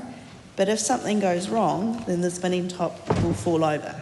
So it's really important that we consider how it is that these national instruments are made.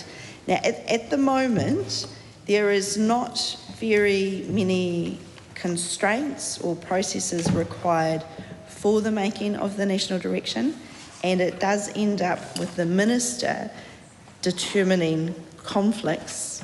The minister is the person making the national instruments, determining conflicts between the goals. And we looked at the goals before within the Planning Act, and I do note that at page 69 of the amendment paper, there's a new definition of conflict and what conflict means, and included in the meaning of conflict is conflict at B, conflict between the goals in section 11 of this Act and the goals in section 11 of the Natural Environment Act.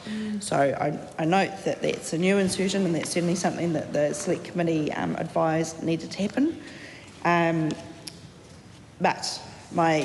So the Minister might want to comment on that, the member rather, might want to comment on that interaction between the two sets of goals, excuse me, and how they are different. But then, and the Minister, the member again might want to go through and say whether there are other substantive policy changes in the amendment paper or if there are more clarifications. I note there's quite a lot in there about national standards and the content of national standards. I have an amendment paper 751. This is a published members' amendment paper. And what 751 does is it requires a board of inquiry process for national policy direction. And I have based the amendment paper, which is quite a large one, on the board of inquiry process that would have been used for the national planning framework within the Natural and Built Environment Act, now repealed. And I would like the members' discussion to consider this and having the safeguard of a board of inquiry process. This is something that the Parliamentary Commissioner for the Environment in particular has been calling for, and it should give the Minister some cover against judicial review cases that will go to the Minister's discretion and ask what was considered. And if the Minister can say, I put it to the Board of Inquiry and they heard submissions and they made their decisions, then that gives the Minister a lot of cover. So that goes to the efficiency of the process and is surely something that this government should be interested in. Plus it goes to the community input into the process of these national instruments and the trade-offs that the member was earlier speaking about. So much of this new system relies on the national instruments that there should be a robust process for the creation of those instruments and the ability to challenge them. Thank you. Madam Chair. Madam Chair. Simon Court. Thank you, Madam Chair. There's quite a lot in that, and I appreciate that the making of national instruments is fundamental to the implementation and operation of this new system. Just come back to considerations for national policy direction. So the member has raised the matter of whether a board of inquiry would be better placed, as she proposes in her amendment paper, to consider national policy direction. Government disagrees. The considerations, the process to be followed is set out in clause 58 and 59 for national standards. And let's be clear, the national instruments do not replace the framework set by Parliament, but what they do is to seek to achieve compatibility between the goals as far as practical, and when the Minister is developing the proposed national policy direction, that is what the Minister will be required to do. And if compatibility between the goals, whether it's in the planning bill, the natural environment bill, or acts as we intend they become, can't be achieved, then identifying and providing for resolution of conflicts between the goals or within a goal is required to be considered by the Minister. And And we also accept that national policy direction is not required to identify and provide for the resolution of every conflict.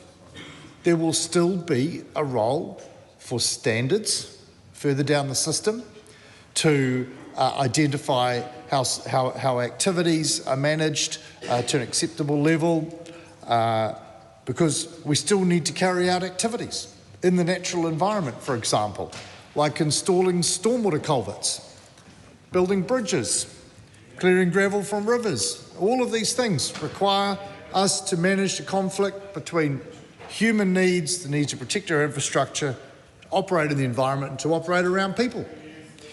So there will be a role for national standards, spatial plans, rules and plans to manage conflicts. And, much further down the funnel, which is the government's intended way to approach and for those who operate in the system to see it, rather than the spinning top the member alluded to. Further down the funnel, right at the bottom, there's still going to be the opportunity for consents to manage effects on people and property. That's how it's intended to work, and it's set out very clearly what matters need to be considered for national policy direction in the legislation. The Honourable Phil Twyford. Thank you, Madam Chair. So, question for the Minister in relation to the provisions under Clause 52 in the Minister's Amendment Paper number 709 that inserts the following phrase, 6B, national standards may include requirements relating to performance or exercise of the functions, powers and duties of the statutory officer appointed under section 188A. So this is to do with the land market officer. And my question is about the desired independence of the land market officer. Really my question is why does the new clause touch on every function, power and duty of the officer, rather than being confined to, for example, procedural, administrative or notification requirements? We share I think the Minister's desire that the land market officer operates within their mandate and can't be basically bossed around or manipulated by the Minister of the day. But it seems that that this clause basically would give the Minister of the day that ability to not just direct through the national standard those kind of administrative or procedural matters, but actually it touches on all of the kind of factors. So I suppose another way to ask the question is, can that national standard in this case prescribe the officers, for example, the economic methodology that they use, the thresholds, or the substantive analytical approach? Because if that's the case, it doesn't seem like a good idea to me, and I'd be surprised if the Minister was supporting a provision that would risk really undermining the necessary independence of the land market officer. Thank you, Mr. Chair. Simon Court. Madam Chair. And I do appreciate the member, Honourable Phil Twyford's long-term commitment to urban development intensification, particularly in Te Aotearoa Peninsula, where we both live and we both had the benefit. We've both experienced both the benefit and the disbenefits of urban intensification. But the intention of providing for national standards to include requirements relating to the performance or the exercise of functions, powers and duties of the statutory officer appointed under section 188A is really around national standards can set expectations around the standards and for data collection and the way that data can be managed, methodologies, The purpose of national standards is to make sure that everywhere around the country where an activity is undertaken, and in this case the activities of the statutory officer, that they're undertaken in a consistent way, so that planners and decision makers can make sense of the information and then respond in a consistent way. Grant McCallum. I move that debate on this question now close. It's a bit early, I think, Mr McCallum. Aaron Williams. I'll make the questions very brief, Madam Chair. Firstly, to 45.2, just want to ask the Minister a question around whether directions under the new formulation in the new amended version also includes ministerial directions. Are there new directions? Is that why this is here? And if so, are there also meant to be directions that, not in the natural meaning of the word, but in this section, apply to directives that are given by the statutory officer? And does it also then apply to directions that are given by a panel exercising the ministerial powers that are delegated to it by the Minister? That's the first question.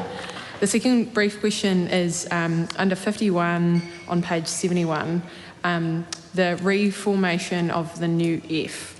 I want to ask whether this was changed because it's now more explicit that national rules should set the scope of public consultation, and the consultation scope, the member and the chair will understand that I'm asking this because there are also consultation requirements which exist outside of the funnel in relation to, say, Māori rights and interests.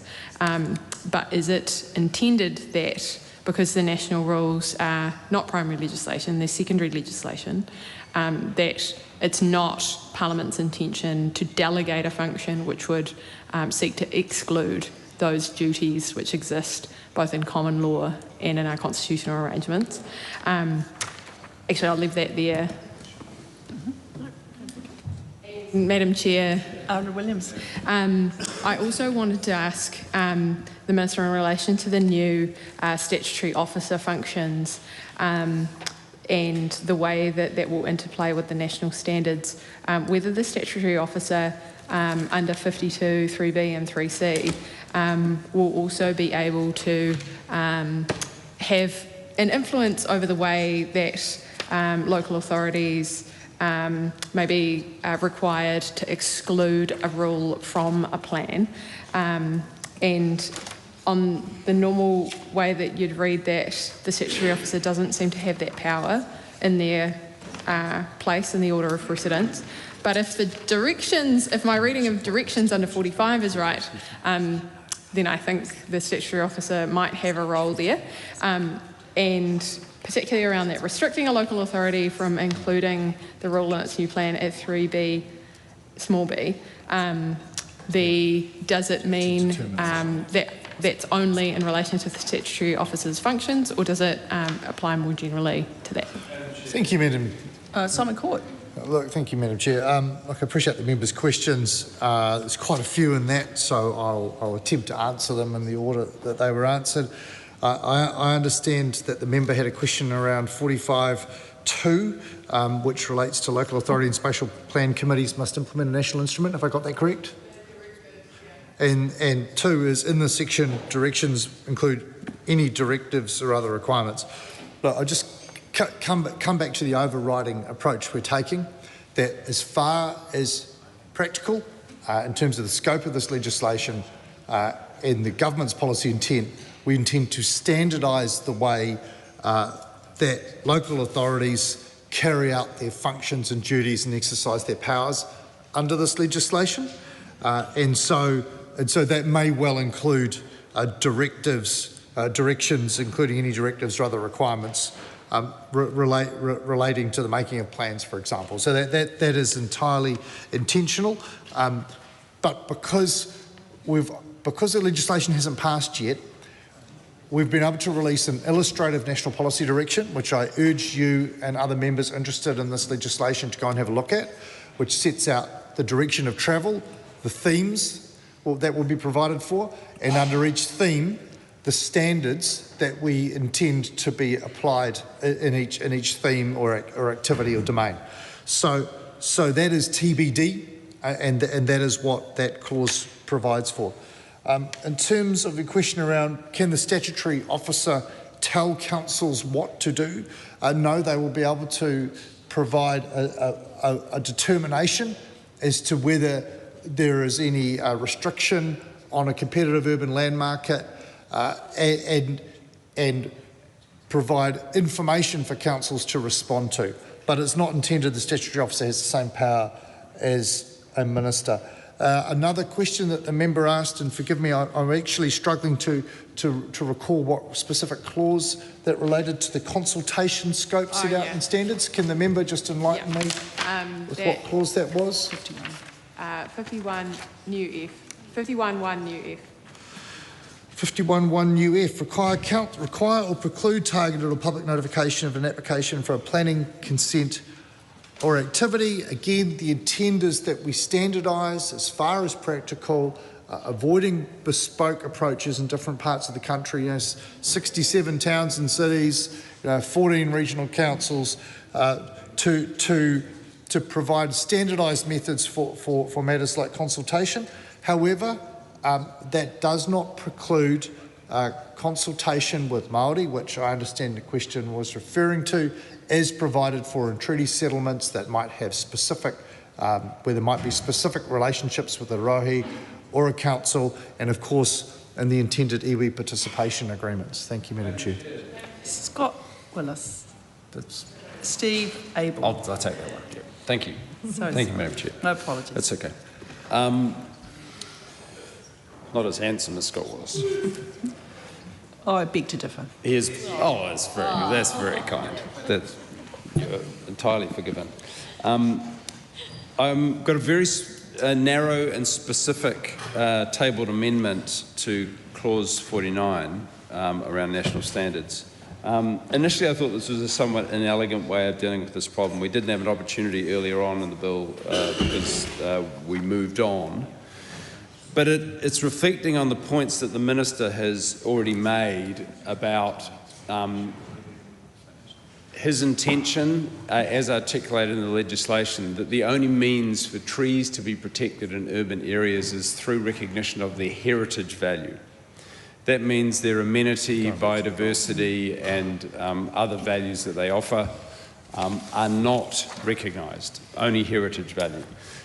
The consequence of that is, I fear, that he and the other minister involved, Mr Bishop, will fail in their objective, which I take at its face value to be genuine, that this legislation is designed to improve and enhance the quality of the living spaces in our urban environments. So my proposal is that under the national standards, there be additional to the clause 49, that after the word standards insert including a national standard providing for urban tree and urban tree canopy protection. Now, it's a very simple, broad requirement that is non-prescriptive other than it does set a standard. It's a minor specific thing in one sense legislatively, but it has a significant consequence nationwide because it recognises the huge value that trees bring to making our cities livable. And I'll give you one specific example before finishing, Madam Chair. Trees, particularly large mature trees, are like giant outdoor air conditioning systems. Because of the phenomenon, the extraordinary natural phenomenon of transpiration, they cause an incredible localised cooling effect. That is but one of the huge amenity values that they represent and why this amendment should be accepted by the Minister. I wonder if he can respond to that, please. Madam Chair. Well, firstly, I accept that the member would know what the air conditioning in a tree is like because he spent over 240 days occupying a tree in New Lynn in West Auckland, stopping a housing development where there are still no houses. But no, we won't be adding a qualifier to clause 49 national standards. There must always be national standards because the intention is the content of national standards is set out in 50A and that We do not intend to be overly prescriptive in the legislation. The purpose of the legislation is a framework, and that the content of those standards can be developed further down the track. But I do urge the member to get a copy of the National Policy Direction, the illustrative NPD that was put out for consultation yesterday morning at 9:15, sets out very clearly the themes and the approaches to resolving conflicts and the type of directives that this government intends to apply in the system down the track, and also sets out under each theme the national standards or the standards that are intended to be applied under each of those themes. So I urge the member to do that. Thank you. Harrison Williams. Thank you, Madam Chair. I am taking a call on section 58 and the changes at the bottom of page 77 and also 62A, which I think are linked. I want to ask the member and the chair the new insertions and then at the bottom of that page and then the sort of how the conflict provisions are then meant to be interpreted by the minister. So he's created a new provision here, which is a new thing in the amendment paper, which allows the minister, when there is a conflict between the goals, when the minister sees and must now be satisfied that the national planning instruments, which are the secondary legislation, might be in conflict with each other. These are the national directions for the natural environment and the national directions set for the for planning. The minister now must be satisfied that the conflict that he first appreciates the conflict, that is a legislative requirement, and has considered it, and I presumably must take advice on it for there to be evidence of that consideration, and then that it steps out for him at the primary legislative level how he is meant to appreciate that conflict and not necessarily resolve it. And I want to ask the member and the chair first, that seems to be an opening for the courts, rightly, to interpret in any given context whether there is, whether the minister has done that, not that he's resolved it, but whether he has turned his mind to the conflict. And then there are other powers, like the ones at 62 and 62A, which help a minister to intervene in a plan once it has been made. So really the question is, firstly, is that the right interpretation of it? Are the courts now allowed to consider whether the minister has turned his mind to the conflict at the secondary legislation level? And then secondly, shouldn't we have included in 62 and 62A now the corresponding check that if the minister does turn his mind to a conflict, does want to resolve a conflict, that he has or she has the power to be able to make a change at the last minute? Because neither 62 or 62A gives us that power to resolve conflicts.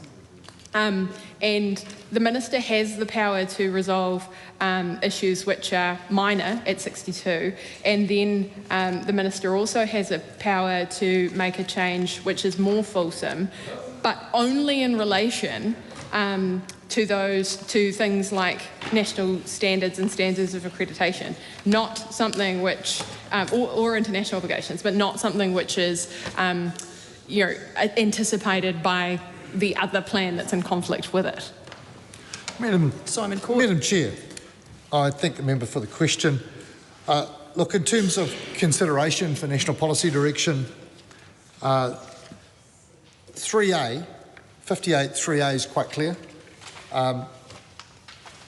When the minister must be satisfied that the proposed NPD is as far as practical, and I highlight that, I've highlighted that in my copy on the desk here, as far as practical, consistent with other national instruments.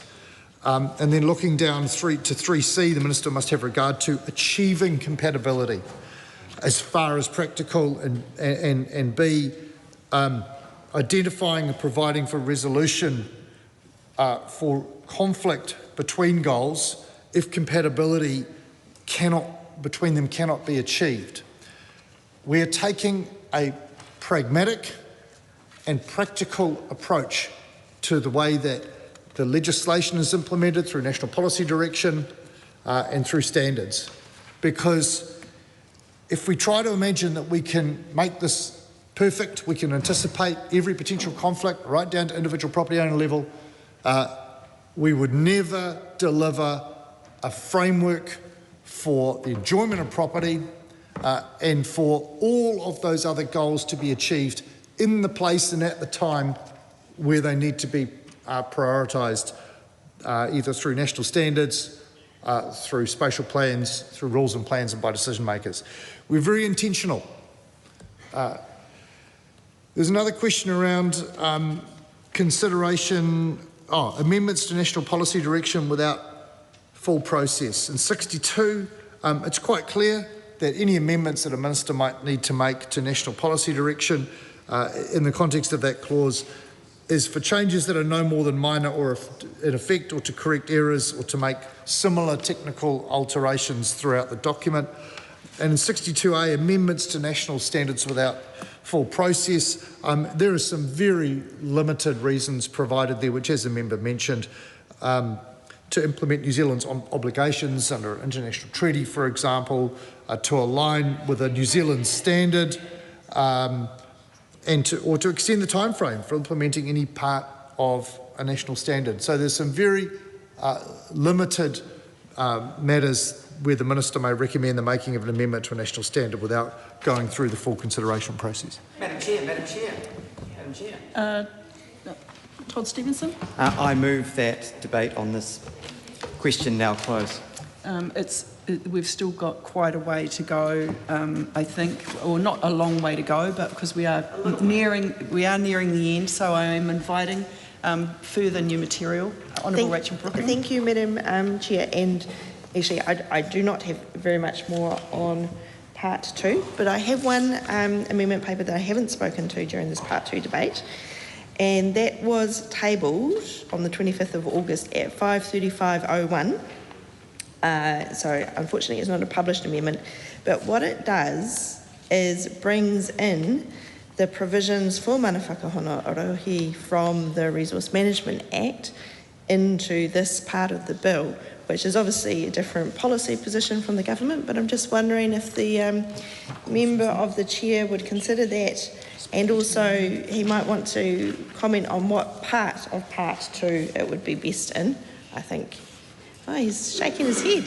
Just trying to relate it to a clause in Part 2. In Part 2? Well, I would have put it in at new 15B and had a whole lot of definitions that gone through from 15 big B to 15P.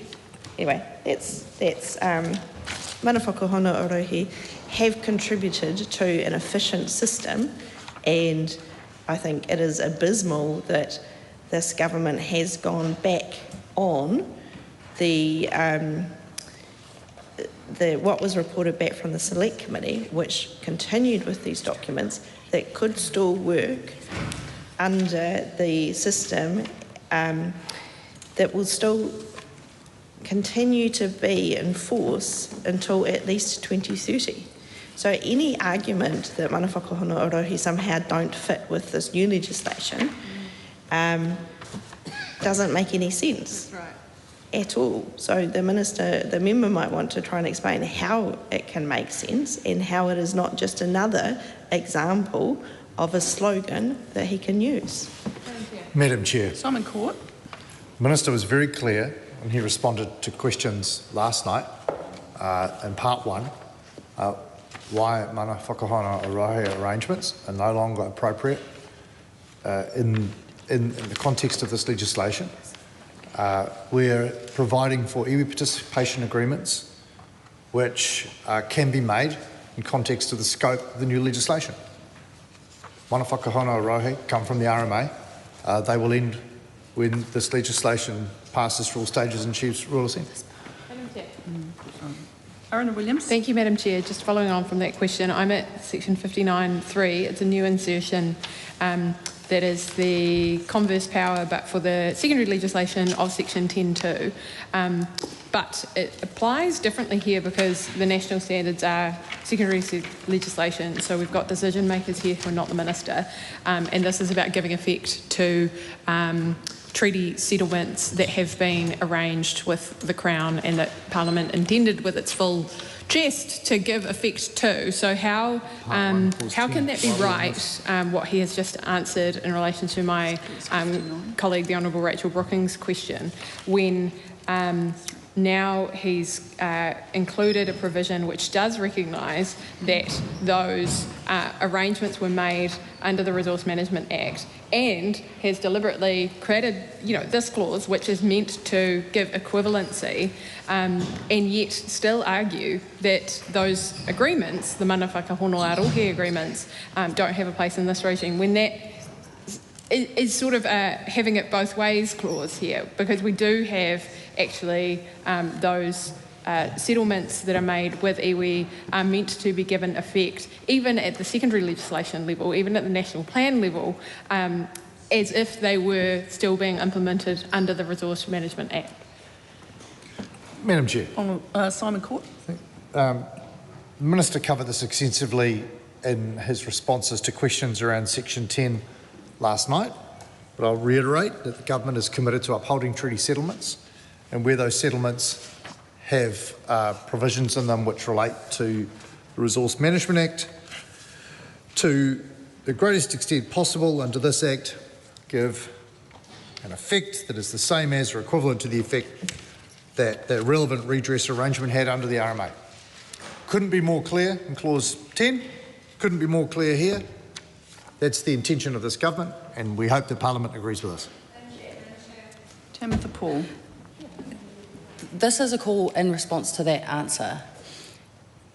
The Minister can't keep referring to Section 10 and the answers given last night by the Minister, because iwi Māori interests and participation is not exclusive to Section 10. In fact, there are provisions that provide for Māori participation in national planning instruments, policy direction, spatial plans, rules, standards. It's throughout the entire bill. We're not revisiting Clause 10. But what I'm trying to explain to you, Madam Chair, is that Māori participation and interests are throughout the entire bill. We've covered it.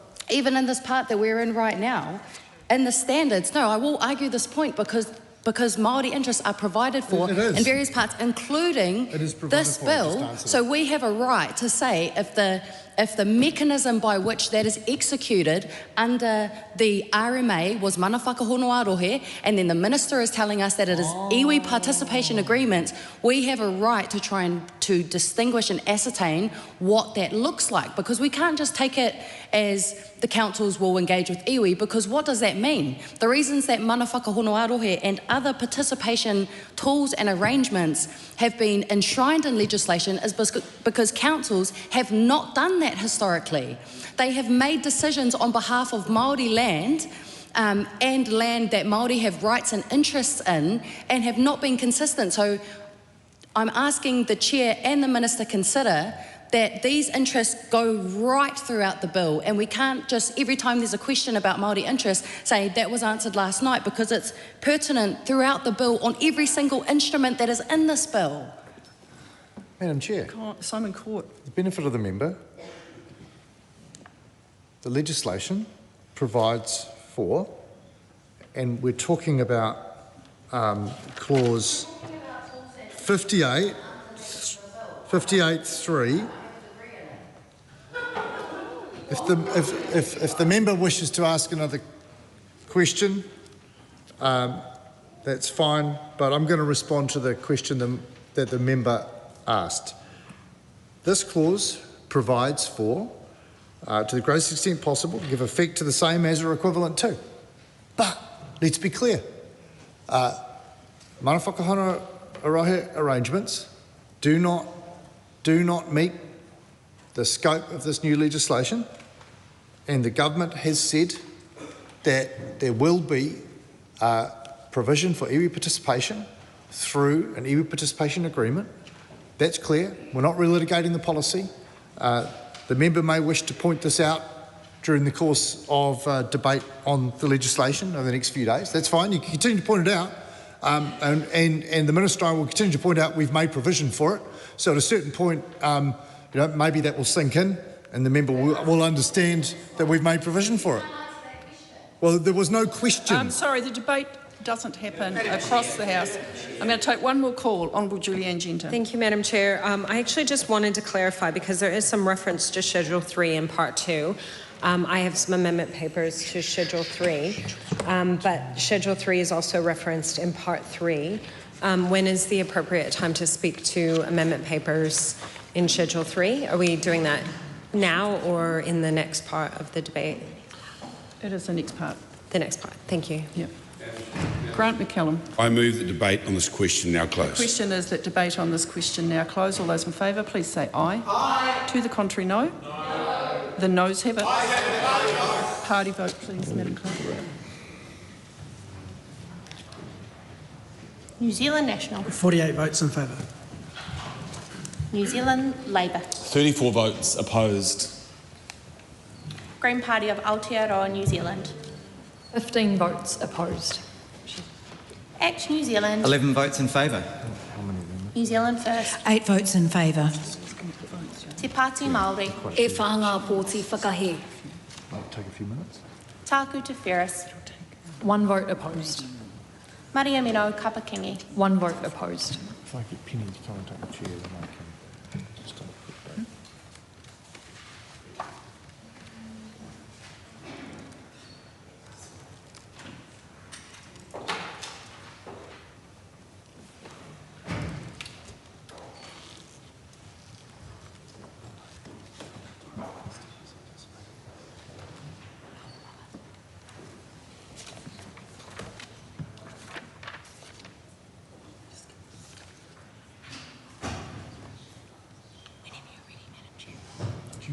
Thank you. Members, the ayes are 67, the noes are 55. The question is agreed to. The question is that the Minister's tabled amendment to AP number 709, amending clauses 47 and 52, be agreed to. All those in favour, please say aye. Aye. To the contrary, no. No. The ayes have it. A party vote, please, Madam Clerk. New Zealand National. 48 votes in favour. New Zealand Labour. 34 votes opposed. Green Party of Aotearoa, New Zealand. 15 votes opposed. Act New Zealand. 11 votes in favour. New Zealand First. 8 votes in favour. Te Pāti Māori. E whanga pōti whakahe. Taku Te Whereas. 1 vote opposed. Maria Mino Kapakingi. 1 vote opposed.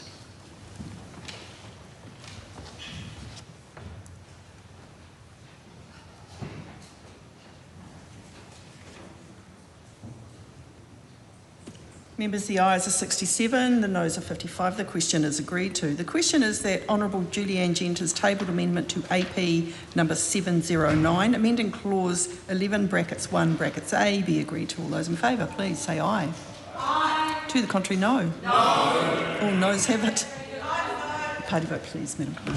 New Zealand National. 48 votes opposed. New Zealand Labour. 34 votes in favour. Green Party of Aotearoa, New Zealand. Te kaumārima nā pōti whaka-ai. Act New Zealand. 11 opposed. New Zealand First. 8 votes opposed. Te Pāti Māori. E whanga pōti whakai. Taku Te Whereas. Ko tahi te pōti whaka-ai. Maria Mino Kapakingi. Ko tahi te pōti whaka-ai. The ayes are 67, the noes are 55. The ayes are 55, the noes are 67. The question is not agreed to. Thank you. Members, the question is that Honourable Julianne Genter's tabled amendment to AP number 709, amending clause 11 brackets 1 brackets B, be agreed to. All those in favour, please say aye. Aye. To the contrary, no. No. Noes have it.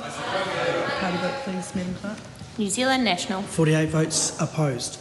New Zealand Labour. 34 votes in favour. Green Party of Aotearoa, New Zealand.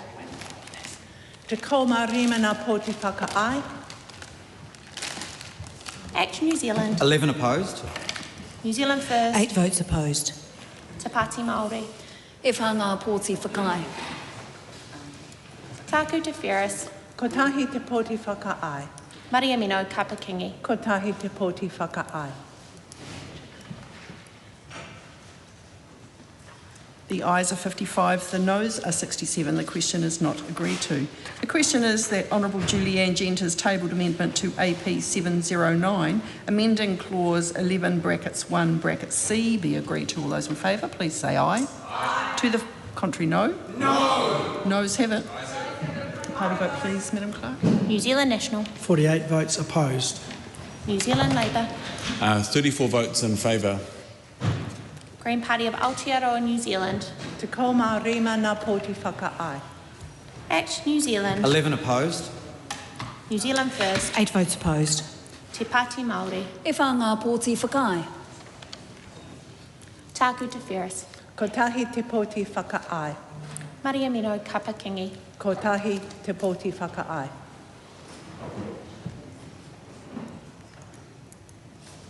The ayes are 55, the noes are 67. The question is not agreed to.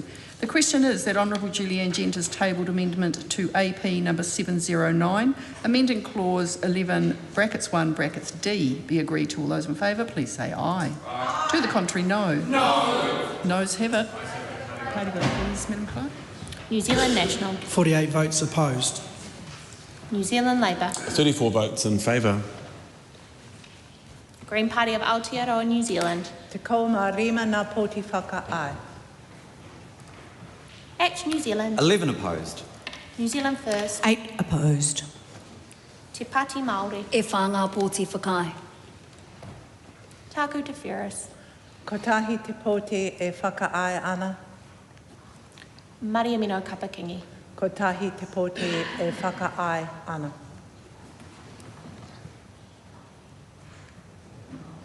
The ayes are 55, the noes are 67. The question is not agreed to.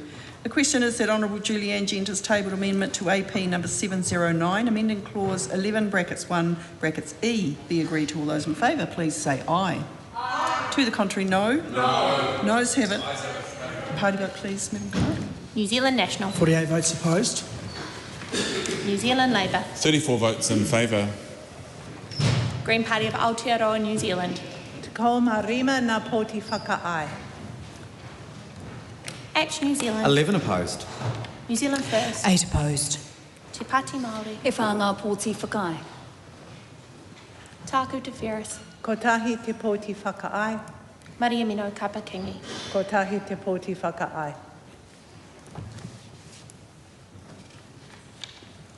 The ayes are 55, the noes are 67. The question is not agreed to. The question is that Honourable Julianne Genter's tabled amendment to AP number 709, inserting clause 11 brackets 1 brackets GA, be agreed to. All those in favour, please say aye. Aye. To the contrary, no. No. Noes have it. Vote. Party vote, please, Madam Clerk.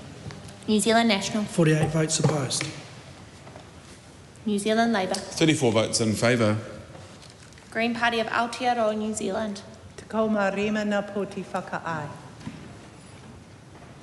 Act New Zealand. 11 opposed. New Zealand First. 8 opposed. Te Pāti Māori. E whā ngā pōti whakai. Tāku Te Whereas. Ko tahi te pōti whakaai. Maria Mino Kapakingi. Ko tahi te pōti whakaai. Members, the ayes are 55, the noes are 67. The question is not agreed to. The question is that Orini Kaipara's tabled amendment to clauses 11 brackets 1 brackets F be agreed to. All those in favour, please say aye. Aye. To the contrary, no. No. The noes have it. Party vote, please, Madam Clerk. New Zealand National. 48 votes opposed. New Zealand Labour. 34 votes in favour. Green Party of Aotearoa, New Zealand. Te ko mā rima ngā pōti whakaai. Act New Zealand. 11 opposed. New Zealand First. 8 opposed. Te Pāti Māori. E whā ngā pōti e tino whakai ana. Tāku Te Whereas. Ko tahi te pōti e whakaai ana.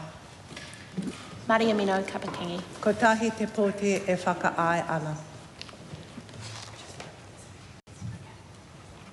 The ayes are 55, the noes are 67. The question is not agreed to. The question is that Orini Kaipara's tabled amendment to clauses 11, 12 and 13 be agreed to. All those in favour, please say aye. Aye. To the contrary, no. No. No. Noes have it. Party vote, please, Member Clark. New Zealand National. 48 votes opposed. New Zealand Labour. 34 votes in favour. Green Party of Aotearoa, New Zealand. Te ko marima na poti whakaai. Action New Zealand. 11 votes opposed. New Zealand First. 8 opposed. Te Pāti Māori. E whanga pōti whakai. Tāku Te Whiris. Ko tahi te poti whakaai. Maria Mino Kapakingi. Ko tahi te poti whakaai. The ayes are 55, the noes are 67. The question is not agreed to. The question is that Honourable Rachel Brookings tabled amendment to AP number 709, inserting clauses 15B to 15P, be agreed to. All those in favour, please say aye. Aye. To the contrary, no. No. Noes have it. Party vote, please, Madam Clerk. New Zealand National. 48 votes opposed. New Zealand Labour. 34 votes in favour. Green Party of Aotearoa, New Zealand. Te ko marima na poti whakaai. Action New Zealand. 11 opposed. New Zealand First. 8 opposed. Te Pāti Māori. E whanga pōti whakai. Tāku Te Whiris. Ko tahi te poti whakaai. Maria Mino Kapakingi. Ko tahi te poti whakaai. The ayes are 55, the noes are 67. The question is not agreed to. The question is that Honourable Rachel Brookings' amendments to clauses 57 to 62A in AP number 709, set out on AP number 751, be agreed to. All those in favour, please say aye. Aye. To the contrary, no? No. Ayes have it. Party vote. Party vote's called. Oh, that was a bit long. New Zealand National. Come on. 48 votes opposed. New Zealand Labour. 34 votes in favour. Green Party of Aotearoa, New Zealand. Te ko marima na poti whakaai. Action New Zealand. 11 opposed. New Zealand First. 8 opposed. Te Pāti Māori. E whanga pōti whakai. Tāku Te Whiris. Ko tahi te poti whakaai. Maria Mino Kapakingi. Ko tahi te poti whakaai. The ayes are 55, the noes are 67. The question is not agreed to. The question is that the Minister's amendments to Part 2, set out on AP number 709 as amended, be agreed to. All those in favour, please say aye. Aye. To the contrary, no. No. The ayes have it. Party vote, please, Madam Clerk. New Zealand National. 48 in favour. New Zealand Labour. 34 votes opposed. Green Party of Aotearoa, New Zealand. Te ko marima na poti whakahe. Action New Zealand. 11 in favour. New Zealand First. 8 votes in favour. Te Pāti Māori. E whanga pōti whakahe. Tāku Te Whiris. Ko tahi te poti whakahe. Maria Mino Kapakingi. Ko tahi te poti whakahe. The ayes are 67, the noes are 55. The question is agreed to. Honourable Rachel Brookings' amendments to Clause 11, set out on AP number 694, are out of order as being inconsistent with a previous decision of the committee. Tamitha Paul's amendment to Clause 11 brackets 1 is out of order as being inconsistent with a previous decision of the committee. The question is that Honourable Rachel Brookings' amendment to Clause 11 set out on AP number 743 be agreed to. All those in favour, please say aye. Aye. To the contrary, no. No. The noes have it. Party vote, please, Madam Clerk. New Zealand National. 48 opposed. New Zealand Labour. 34 votes in favour. Green Party of Aotearoa, New Zealand. Te ko marima na poti whakaai. Action New Zealand. 11 opposed. New Zealand First. 8 opposed. Te Pāti Māori. E whanga pōti whakai. Tāku Te Whiris. Ko tahi te poti whakaai. Maria Mino Kapakingi. Ko tahi te poti whakaai. The ayes are 55, the noes are 67. The question is not agreed to. Members, Steve Abel's 3 tabled amendments to Part 2 relating to protection of urban trees and urban tree canopy lend themselves to being grouped. I will put a single question on them unless members indicate they wish to vote differently on a specific amendment.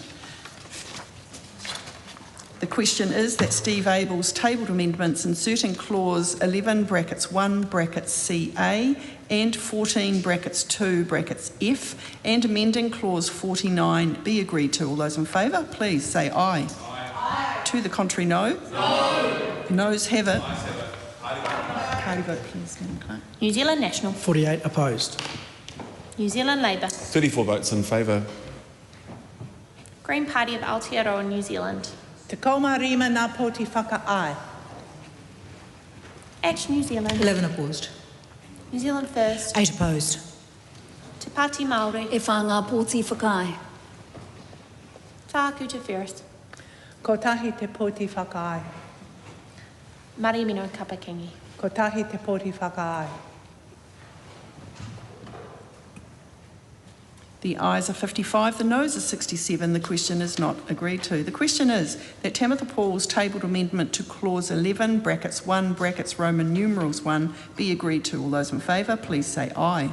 Aye. To the contrary, no. No. Noes have it. Ayes have it. Party vote, please, Madam Clerk. New Zealand National. 48 opposed. New Zealand Labour. 34 votes in favour. Green Party of Aotearoa, New Zealand. Te kaumārima nā pōti whakaai. Action New Zealand. 11 opposed. New Zealand First. 8 opposed. Te Pāti Māori. E whā ngā pōti whakai. Tāku Te Whirus. Ko tahi te pōti whakaai. Mari Mino Kapakingi. Ko tahi te pōti whakaai.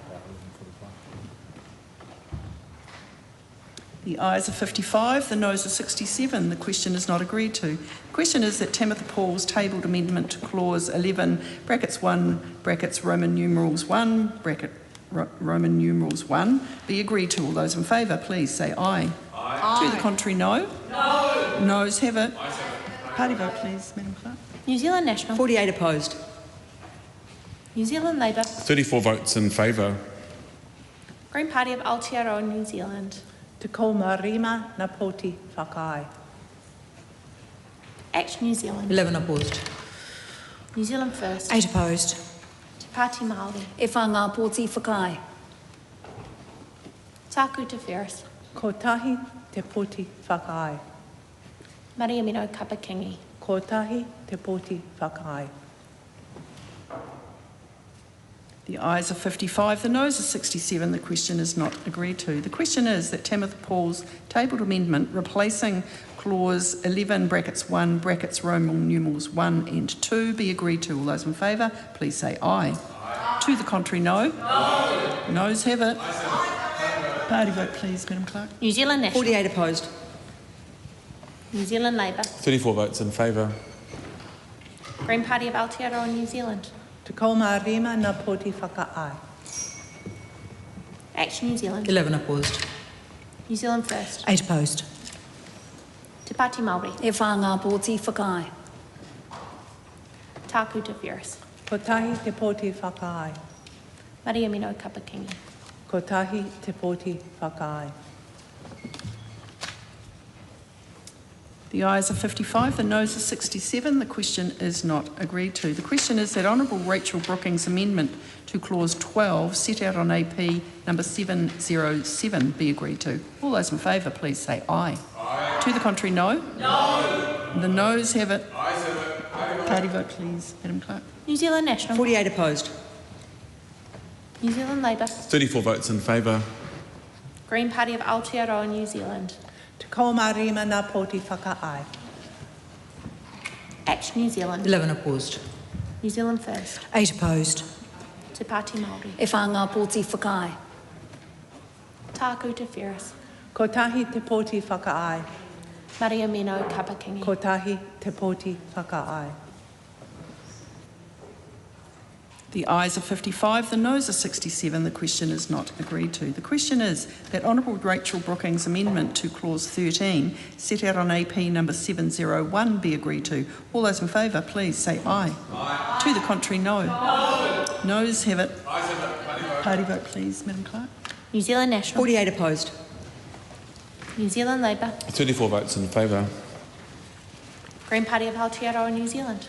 Te komarima na poti whakaai. Act New Zealand. 11 opposed. New Zealand First. 8 opposed. Te Pāti Māori. E whanga pōti whakai. Tākou Te Whiris. Ko tahi te poti whakaai. Maria Mino Kapakingi. Ko tahi te poti whakaai. The ayes are 55, the noes are 67. The question is not agreed to. The question is that Tamitha Paul's tabled amendment to clause 13 brackets 1, inserting paragraph G, be agreed to. All those in favour, please say aye. Aye. To the contrary, no. No. Noes have it. Ayes have it. Party vote, please, Madam Clerk. New Zealand National. 48 opposed. New Zealand Labour. 34 votes in favour. Green Party of Aotearoa, New Zealand. Te komarima na poti whakaai. Act New Zealand. 11 opposed. New Zealand First. 8 opposed. Te Pāti Māori. Pōti whakai. Tākou Te Whiris. Ko tahi te poti whakaai. Maria Mino Kapakingi. Ko tahi te poti whakaai. The ayes are 55, the noes are 67. The question is not agreed to. The question is that Honourable Rachel Brookings' tabled amendments to clause 14 set out on AP number 697 be agreed to. All those in favour, please say aye. Aye. To the contrary, no. No. Noes have it. Ayes have it. Party vote, please, Madam Clerk. New Zealand National. 48 opposed. New Zealand Labour. 34 votes in favour. Green Party of Aotearoa, New Zealand. Te komarima na poti whakaai.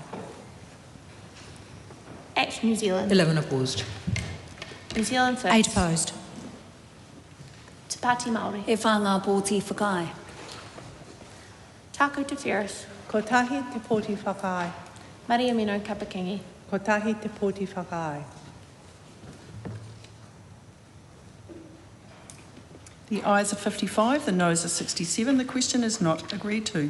The question is that Huhana Linden's amendments to clause 14 set out on AP number 749 be agreed to. All those in favour, please say aye. Aye. To the contrary, no. No. The noes have it.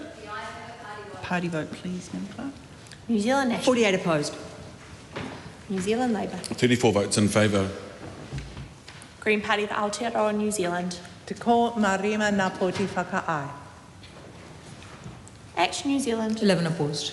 New Zealand First. 8 opposed. Te Pāti Māori. E whanga pōti whakai. Tākou Te Whiris. Ko tahi te poti whakaai. Maria Mino Kapakingi. Ko tahi te poti whakaai.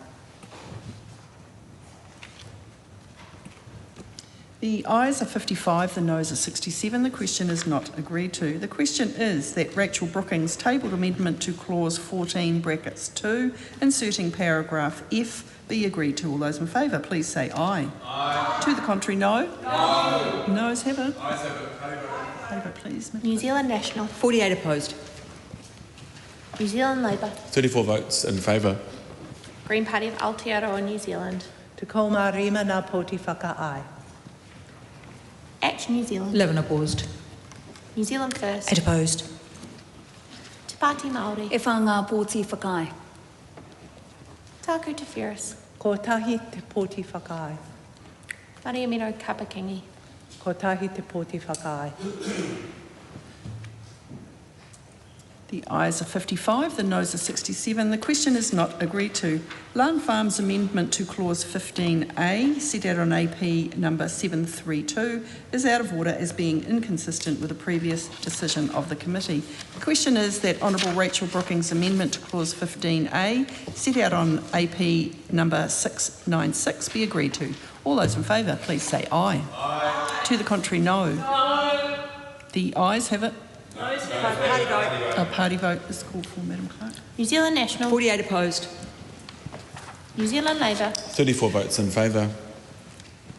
Green Party of Aotearoa, New Zealand. Te koma rima nā poti whakaai. Act New Zealand. 11 opposed. New Zealand 8 first. opposed. Te Pāti Māori. E whanga pōti whakai. Taku Te Ferris. Ko tahi te poti whakaai. Mariamino Kapakingi. Ko tahi te poti whakaai.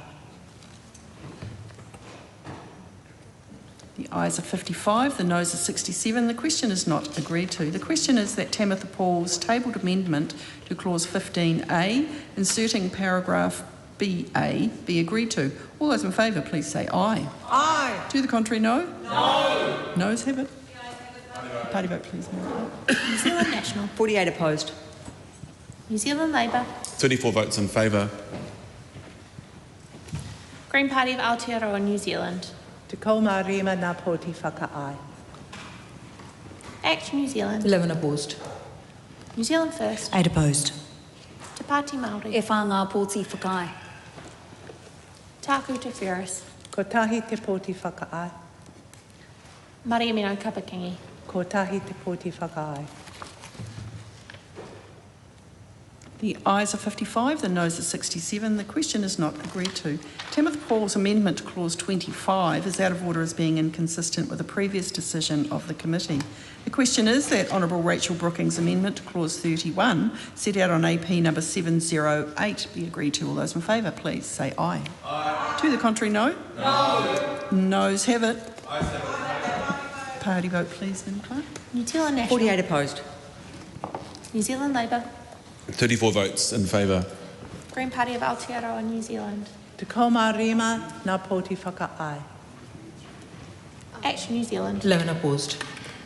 New Zealand first. 8 opposed. Te Pāti Māori. E whanga pōti whakai. Taku Te Ferris. Ko tahi te poti whakaai. Mariamino Kapakingi. Ko tahi te poti whakaai. The ayes are 55, the noes are 67. The question is not agreed to.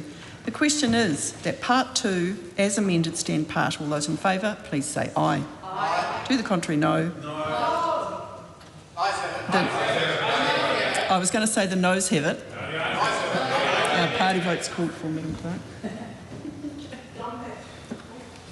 New Zealand National. 48 votes in favour. New Zealand Labour. 34 votes opposed. Green Party of Aotearoa, New Zealand. Te koma rima nā poti whakahē. Act New Zealand. 11 in favour. New Zealand first. 8 in favour. Te Pāti Māori. E whanga pōti whakahē. Taku Te Ferris. Ko tahi te poti whakahē. Mariamino Kapakingi. Ko tahi te poti whakahē.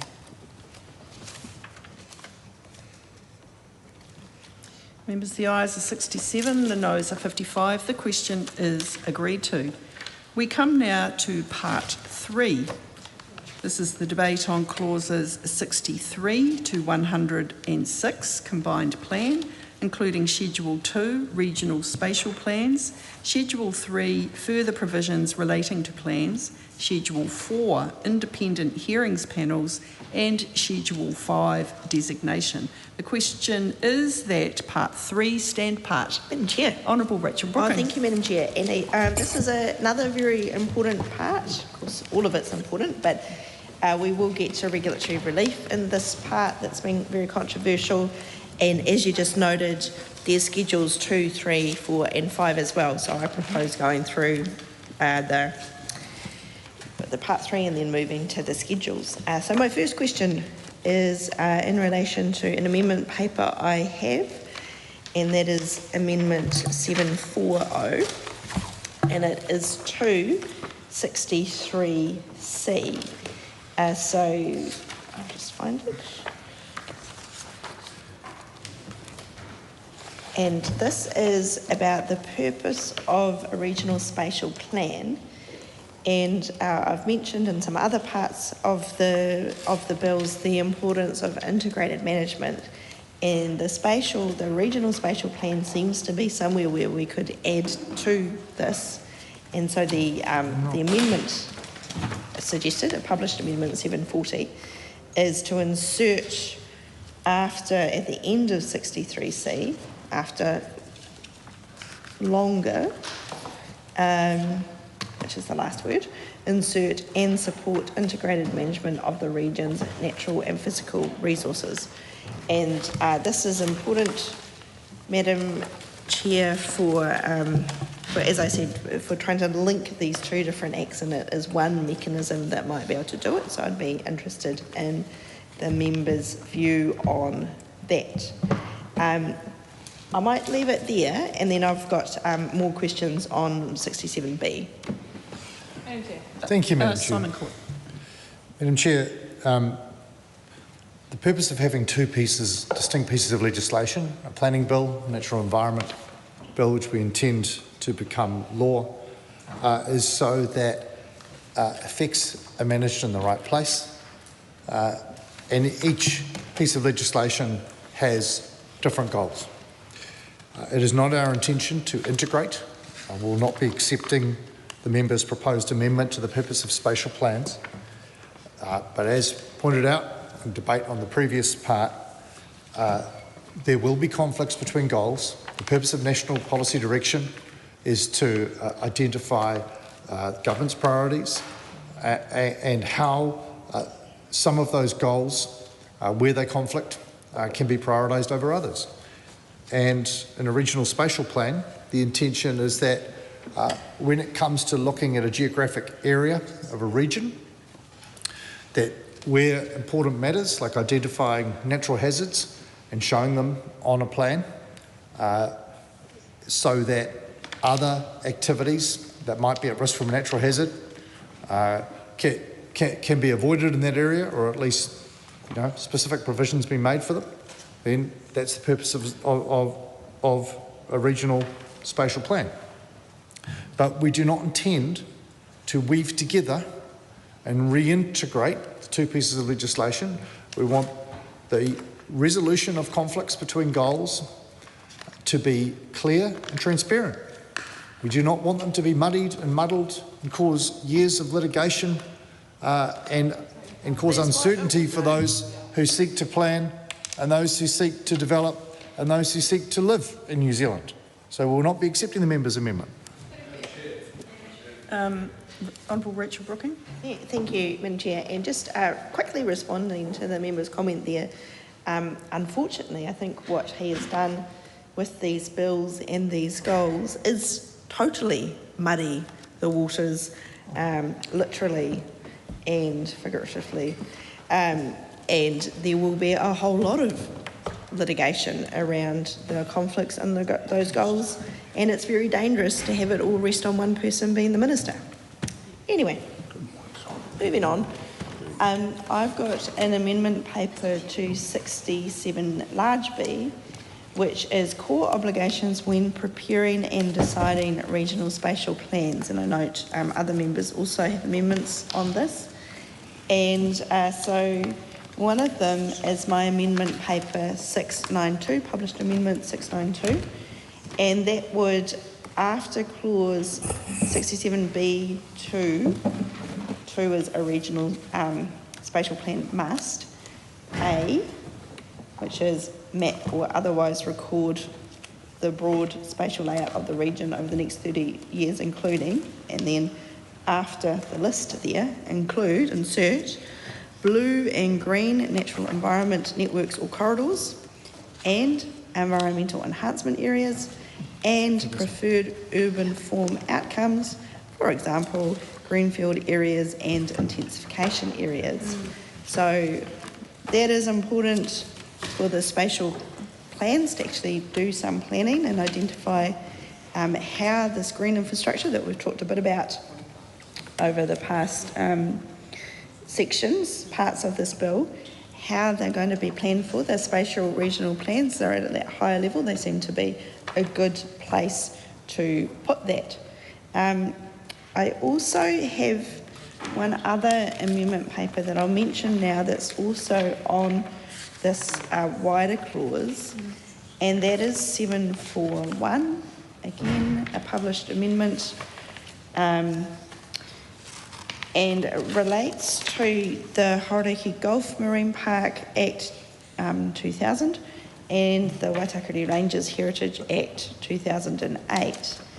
And so that is that at, again, 67B, but at 3C, after 3C, insert, so 3 is a regional spatial plan must, not conflict with sections 7 and 8 of the Hauraki Gulf Marine Park Act 2000, and give effect to the purpose and objectives of the Waitakere Ranges Heritage Area Act 2008. So again, these are pieces of legislation that I'm sure other members will want to comment on as well, that are very important, as I understand it, to those communities in Auckland. And with the regulatory relief that we'll get to coming up, people are very worried that there will be no protections over those areas. So this is one method is to try and include them. There's an Auckland member next to me who's excited by this.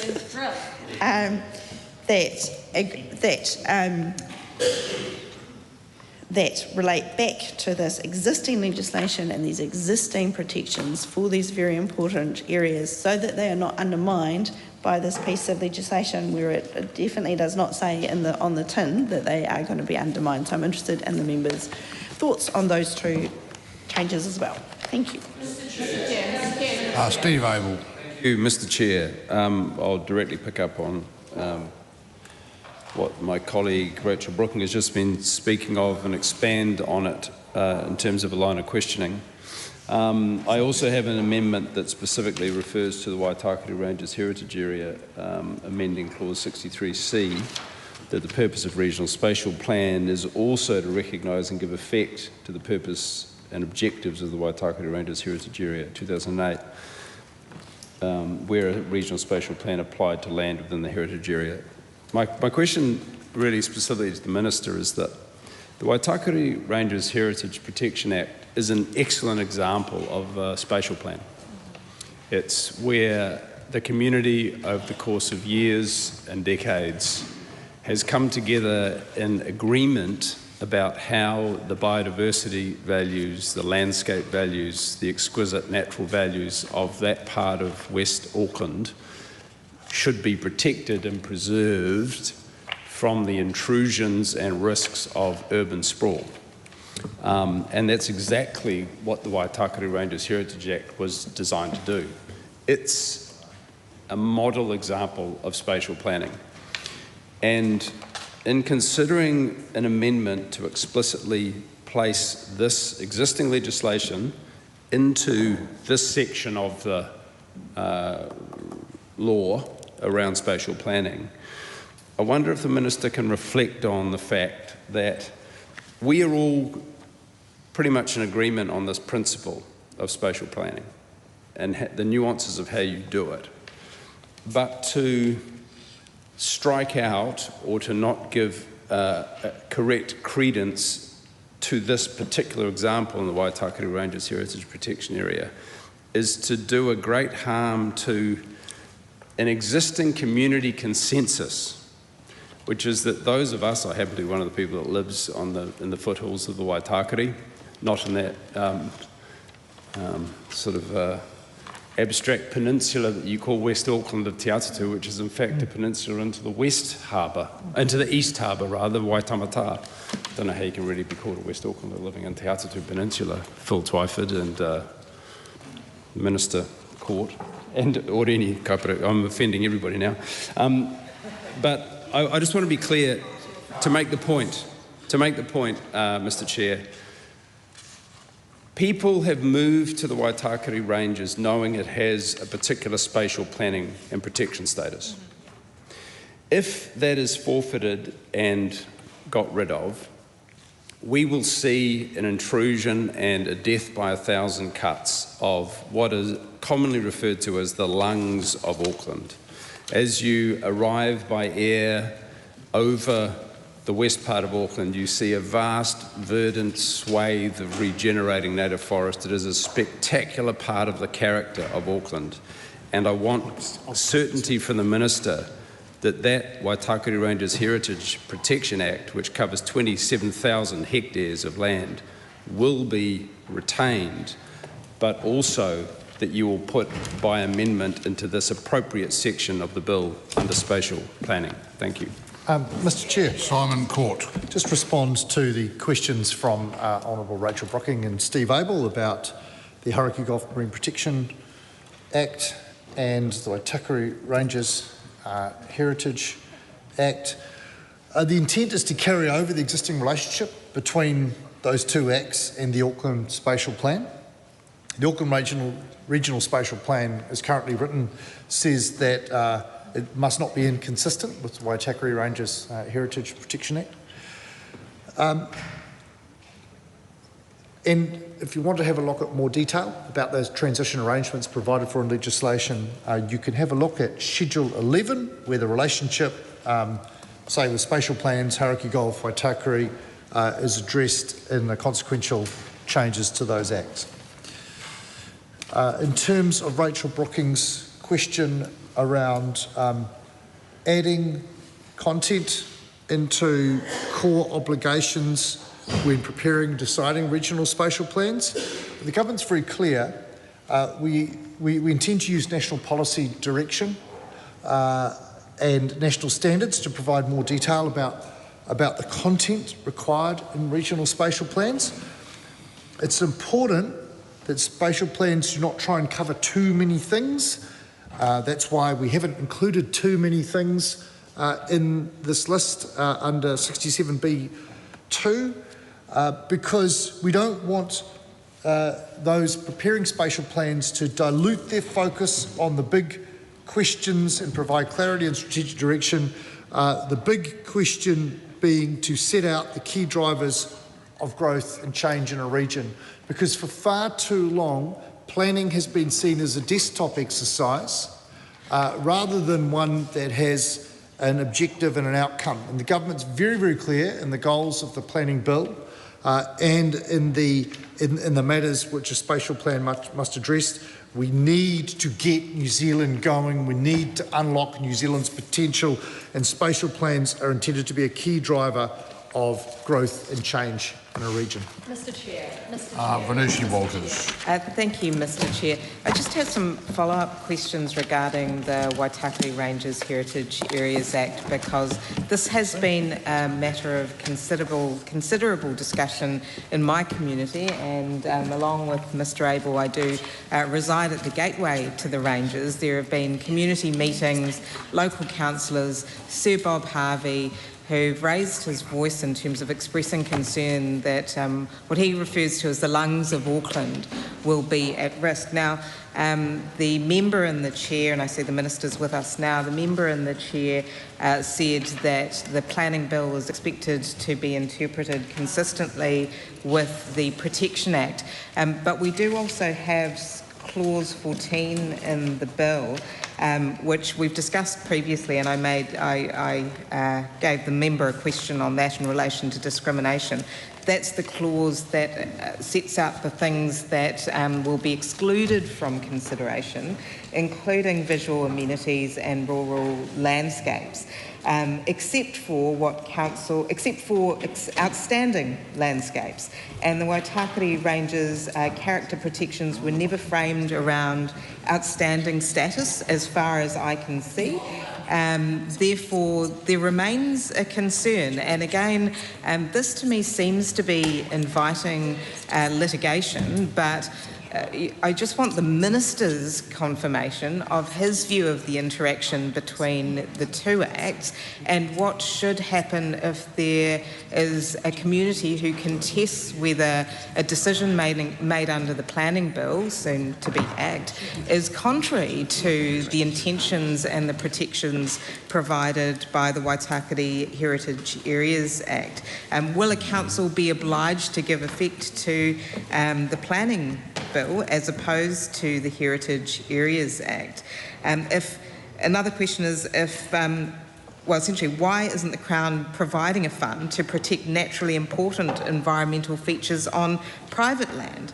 And is that a signal that the intention is not truly to compensate, but rather to prevent councils from protecting such things in the first place? So if the Minister himself can confirm his view of the interaction between the two acts, and whether, in his view, it will always be the case that the protections afforded under the Waitakere Ranges Heritage Areas Act will be given effect to, that would be hugely useful and put many minds at ease. Unfortunately, I don't believe that the members' comments earlier were accurate.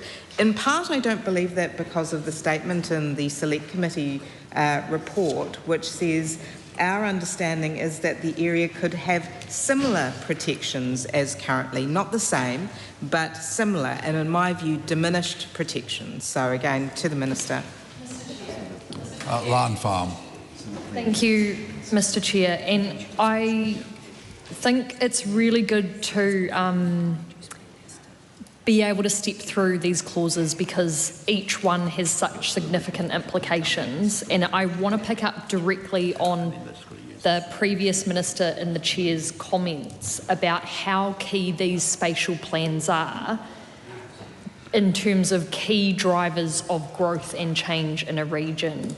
And my amendments, which I'd love to hear the Minister's thoughts on, are related to that specifically, because we know when these first spatial plans in particular are put in place, there will not be the associated environmental limits and plans that could inform those spatial plans when it comes to the environment. So when we're talking about key drivers of growth and change and where we can actually develop, where we can actually grow, the environmental constraints and the environmental quality or degradation and understanding where those areas need to be spatially is critical to that. So I have 3 amendments in here that would actually spell that out. And the first is actually providing and planning for, in these spatial plans, to meet environmental limits and provide that spatial planning to actually meet those and ensure that development is not unduly imposing on them or making things way worse, and then we're picking up the tab later. Now, I've already mentioned the fact that these environmental limits won't be in place when the first spatial plans come in. So I'm really interested to hear from the Minister how he foresees existing environmental knowledge and spatial awareness and spatial planning could actually inform these first spatial plans. Now, the other element of that when it comes to regional spatial plans is my amendment paper number 716, and sorry, the previous ones were 678 and number 715. And these are about mapping areas of significant Indigenous vegetation and fauna, because we know that the other aspects of the planning system are going to erode and, I guess, threaten biodiversity. This could be a key way where at a high level the regional spatial plans are actually providing for those things. Now, what I'm also interested in is when it comes to 67B, which outlines the core obligations when preparing and deciding these regional spatial plans. What is intended when the language refers to the requirement that spatial plans actually map constraints? So they sort of ask for this generally.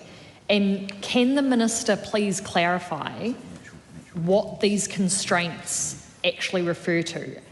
Are these specifically significant natural areas, outstanding natural features and landscapes? That's what I'd be really keen to understand, because the previous planning bill, before we got to this stage, did outline that. But now it seems that the clarity about that definition and the specificity of those constraints is actually gone. Really interested to hear the Minister's responses on all of those. Thank you. Mr. Chair. Honourable Chris Bishop. Deal with a couple of acts, couple of questions, sorry, to Venushi Walters' question around the Waitakere Rangers Act. I understand Under Secretary Court dealt with this. The point is the regional spatial plan can't be inconsistent with the Waitakere Act. It is true that the tools in the system to do that are different from the RMA, obviously, but there are existing mechanisms in the new legislation so that the regional spatial plan for Auckland is not inconsistent with the Waitakere Act. So essentially the intention is to port those controls over in a different way.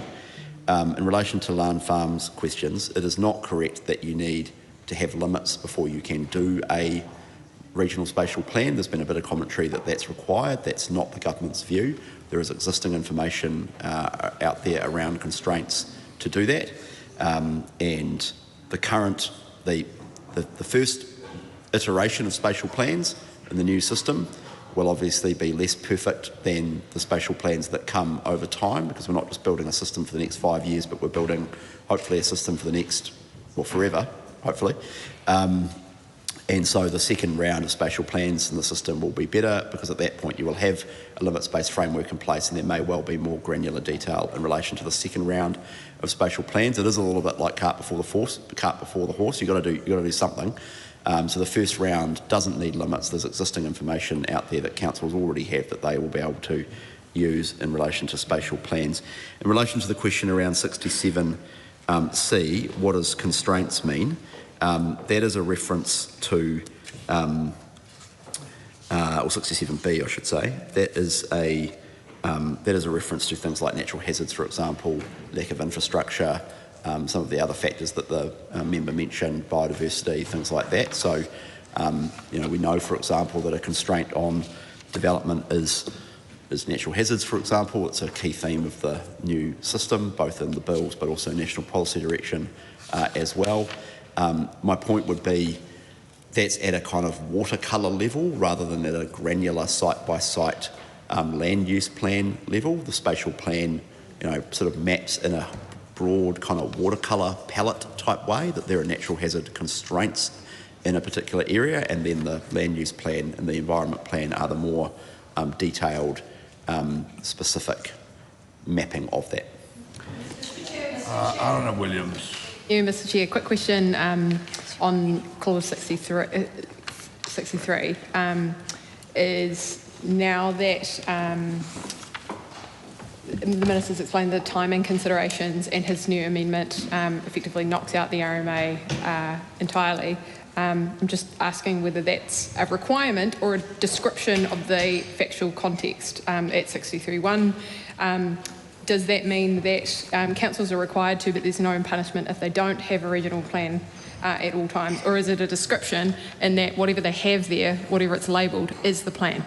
Now my substantive question is about, it's on page 83 at 5, which is amending subsection 6. I think we've heard the Minister describe the way that, in this part 3, the National Planning Framework, that's the central government control room for the policy direction setting, which is meant to be done at a central government level. This is the part of the bill which gives central government most control at that watercolour level.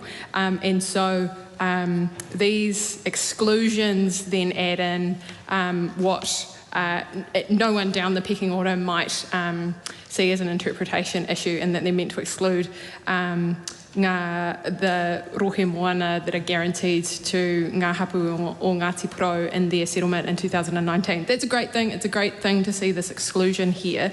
But I want to ask him whether we're also porting the controls over, as he frames it, from other acts which are they didn't begin interacting with the RMA, they began a lot earlier than that, because ngā hapu o Ngāti Porou have an arrangement which was made in 2019, and that makes them actually a more simple case.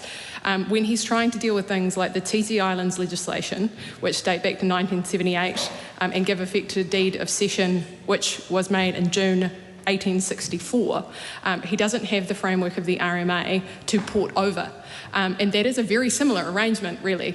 Ngā hapu or Ngāti Porou are guaranteed customary rights of access and participation, so both public access rights and public governance rights, different in nature, in an area that is under the sea. Or in rocky outcrops in their ocean. That is the same thing that named descendants are given in the Titi Islands legislation, but that doesn't port over in the RMA sense in a similar way. Any sort of planning committee had to read that as completely separate because it has its own special way of also making regulations about who has access. That's also relevant then when you consider sort of other constitutional arrangements, other legislative arrangements like the Tupuna Maunga arrangements, which are 2014. They are a bit similar to the 2019 legislation in that they were made in an RMA context. But again, these are a bit of a harder case because they're not quite as close to the property rights that the Minister is trying to protect. The Tupuna Maunga arrangements are about people's feelings and hopes and dreams for the maunga. That it would be inappropriate, say, to develop the maunga in a way which was not consistent with what the Crown recognises to be important cultural significance of them. And, that doesn't seem to fit within clearly with something that would be decided at the regional level and should probably sit at the national level. I also just want to ask him about at 6C here, new C, where he's just expressly included in the rohe moana that applies to that act, the Ngāti Porou settlement, whether any customary activities also include those in the south of Te Aitanga Hauiti and Te Aitanga Mahaki, or in the north Te Whānau Apanui, because his definition here seems to do that, but they don't relate to the rights that have been granted to Ngāti Porou. Honourable Minister. Complicated series of questions there, but relatively simple answers. In relation to... What's that? Rightio. In relation to the regional combined plan, clause 63 is a publication requirement, so plans for a region can be found together. In relation to the TT Island regulations, I'm advised they don't relate to planning issues. The legislation does not interact with the planning system, so it isn't provided for in spatial planning, so that's not really an issue, respectfully. In relation to the customary activities, it's pretty simple. We have reached an agreement with Ngāti Porou in relation to their settlement, which is therefore recorded at a variety of points in the legislation, and 67B 5 and 6 mean that a regional spatial plan must map or record essentially settlement requirements entered into with Ngāti Porou, which also includes customary activities that are protected per their settlement and other matters. Honourable Rachel Brooking. Thank you, Mr. Chair. I'm interested in a comment that the Minister made before about spatial plans being a watercolour, and I've referred to Labour's previous legislation with the Spatial Planning Act in the same way.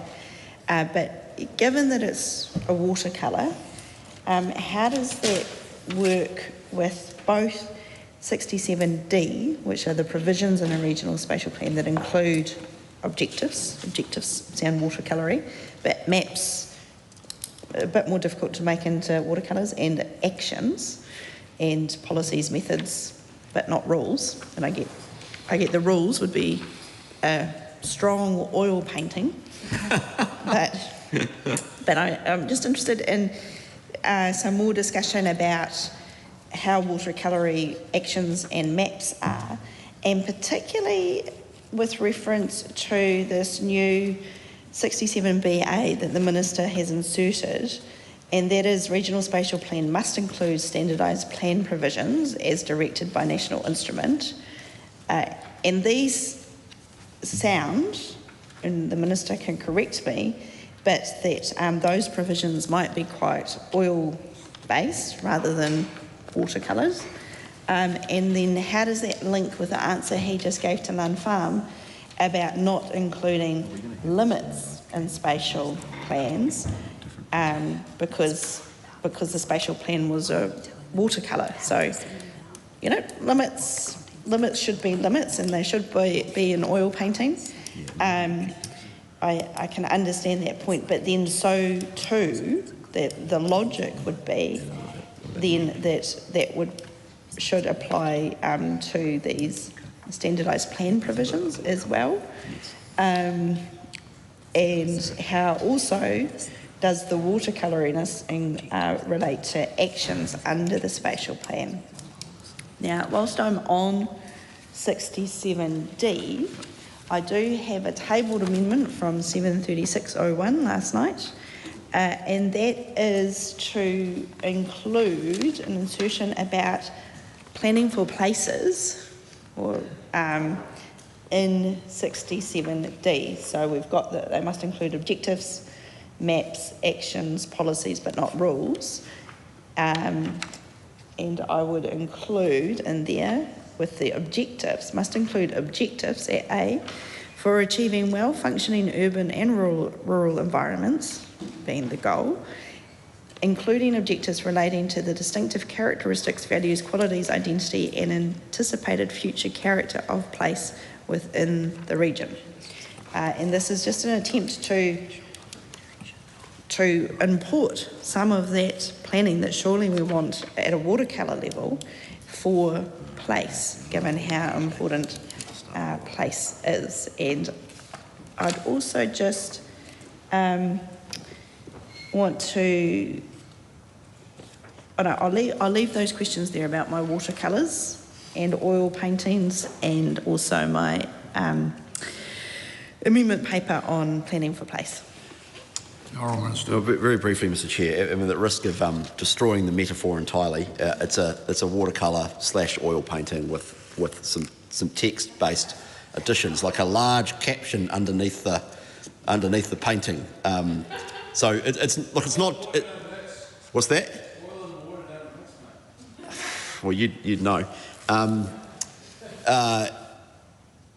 It's not just lines on maps. A sort of, you know, broad colour scheme type thing. It is literally what it is in the legislation. It's the identification of constraints. It's where the areas of growth and change are going to be, looking out into the future. So there's the requirement there for objectives. It says must include maps, must include objectives, must include actions, may include policies, but doesn't include rules, which is down at the layer below. But there is going to have to be some supporting text there, because the text explains what the map does, right? The point is they're strategic, not detailed. Now, look, is there an argument about what is strategy and what is tactics? Well, yes, there's hundreds of years of debate about that. And the truth is, it depends. But the point is to have, it'll be largely over to people doing the first round of plans to work out what the balance is between the strategic priorities and the mapping, and what is a level of detail that should go into land use plans. And there'll be some hard edge cases, and over time we'll get better at doing this. But I think the member agrees that spatial planning is a big advance on what we have at the moment. We sort of have a bit of that already. For example, Auckland, for example, some of the urban growth partnerships, Wellington Regional Leadership Committee, Smart Growth. It's not completely unfamiliar to us as a country. The point is to do more of it, do it in other parts of the country compared to what we have now, and have a kind of statutory basis for it, and then get that funnel approach that we have talked about. Now, there's a lot of members seeking the call here. Quite happy to keep to give members the opportunity for the back and forth. and then move on to another member. So, Thank you, and Rachel Brooker. I'll be very short on this. And yes, of course, Labor supports spatial plans. That's why we had a spatial planning act that you repealed. Mention number 4. But keep counting. It'll come again. We're Do not keeping worry. account. But I don't think he answered my question about why it is that standardised plan provisions can be in a spatial plan, yet limits aren't. And that difference between, I mean, maybe the answer is that he envisages those standardised plan provisions to be at a strategic rather than a tactical level. So if he could just answer that part, that he's introduced this new 67BA. Why? And how is it different from limits? I'll come back. Honourable Julianne Genter. I'll come back. My first contribution in part 3 of this bill, and I do want to speak to some of my amendment papers that amend bits of Schedule 3, but initially I just want to start with some questions around 67C, which is about the use of information and level of detail in regional spatial plans, and it's really about subclause 1A, 1 and 2, which is about the nature of the information that is used. 2 questions. One is, we currently don't know if we're going to have a census funded in 2028. I believe Stats New Zealand is still legally required to carry out a census, but the government is looking to move away from the census. So I guess, how are regional spatial planning committees meant to get the data that they need to use to meet these requirements? Secondly, I know there was a lot of criticism of Wellington City. My colleague Tamitha Paul was on Wellington City Council at the time they were pursuing their spatial plan, and I'm just wondering if this part, while of course we want this to be based on robust and reliable information, but does this become a point where opponents of spatial plans can judicially review or contest what a regional planning committee, the information they've used, claiming it's not robust and reliable? Is that going to be something that can be used based on this? For example, if the population growth is not as high as what was expected or shown to be not as high. So I know there's a concrete example of that happening. So I'm just wondering about whether this leaves regional spatial planning committees open to judicial review or other types of court cases contesting the data that they've used. And I guess there's just a broader question about, like, how is the government going to resource this information if they're not going ahead with the census in the future? Yeah, those are my questions for now. Well, Mr. Chair, Minister. I mean, the issue of the census is a live conversation, as I understand it, that we do have, regardless whether there's a census or not, there is information and there will continue to be data. The issue of whether or not there's a census or not is neither here nor there, frankly. The intention is, I'm advised, that a national standard for spatial planning will cover data standards, which could include things like projections around population and natural hazards. In relation to the member's question around judicial review, without forecasting the future, it is tolerably clear from a reading of both bills that judicial review is, there are multiple layers of judicial review risk, to use a generic term. I don't want to prejudge any of that as exists in the RMA right now. Whenever a minister makes a decision, or in fact a decision maker does make a decision, there's always the review of, always the risk of review. But we're not stymieing that. In relation to Rachel Brooking's point around 67BA, the point there is that if a national instrument, for example, national policy direction, could require, for example, objectives in relation to something like competitive urban land markets as per the goal, for example.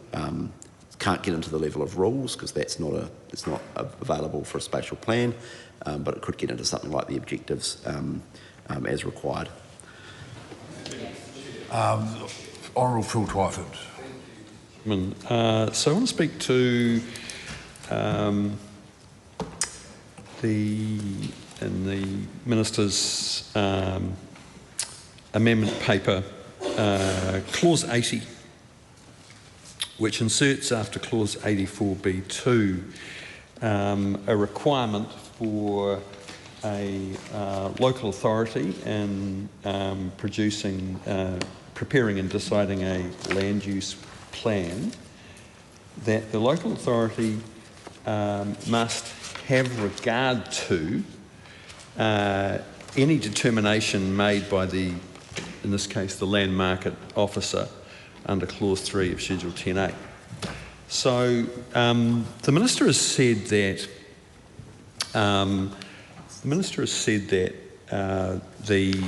the land market officer, a determination will effectively kind of, what was the word that he used? Put a finger on.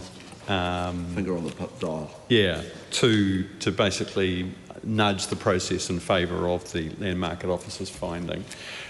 And I assume that there's been long discussions with the officials about this, but I just would suggest to the Minister that have regard to is a pretty weak formulation, and I'm interested to know why there hasn't been more consideration of whether or not a finding, a determination by the land market officer should not be more binding on a local authority who then has to go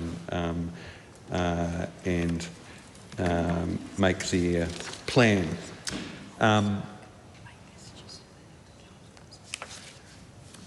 Yeah, and whether the Minister would consider or accept an amendment that would provide more of a legal consequence for the local authority in light of a finding or a determination by the land market officer that, for example, some decision or some provision in their draft plan is going to make the land markets uncompetitive. Honourable Minister. Mr Chair, the member's right, we did have a debate about this. It's just about getting the balance right between democratic control of plans and the ability for communities and councils to plan their cities, but also making it clear that the decisions that those communities and councils make democratically have significant economic repercussions, as I know the member appreciates. And at the moment we don't have, in my view, I think the member probably agrees, the balance right, and so we're setting up this independent economic referee. In time, I hope it will become entrenched to the extent that the Reserve Bank arrangements around monetary policy are, for example. Politicians in 1989, 1990 decided that they couldn't be trusted to set monetary policy properly because the incentive was always to loosen the juice in election years or a bit before, and that was counterproductive to the sensible, stable control of monetary policy. I might be hoping in a forlorn way, but my hope is that we look back in 20 or 30 years and say, Parliament back in 2026 decided that there needed to be a strong independent economic umpire in relation to the idea that land markets matter, as I know the member appreciates, and I think there is actually now broad support across the House around that. So there's obviously a lot of detail to work through and a lot of things to be fleshed out, but this provides the statutory hook for all of that alongside the National Policy Direction first draft that we've published. We thought about strengthening up have regard to. There's the backstop power for the Minister to step in and direct things, but we thought the appropriate balance was to let councils have to. There's a duty, so it's in the amendment paper. There's a statutory duty to respond to the land market officer's determination and to bring land markets into line with the idea of competitiveness, and it will be over to councils and communities as to how they do that. You know, there'll be a range of different ways, and it will depend on the context, and it will depend on the facts, it will depend on the findings. So I don't want to get ahead of that. You know, we think we've got the balance about right. Others may disagree. I'm sure people do. Sorry, Honourable Phil Twyford. In light of that, is it not true that hypothetically a council could put in place a hard urban growth boundary, or downzone a part of the city next to a rapid transit corridor for whatever reason? The land market officer then makes a determination that this is contrary to the obligation to foster competitive land markets.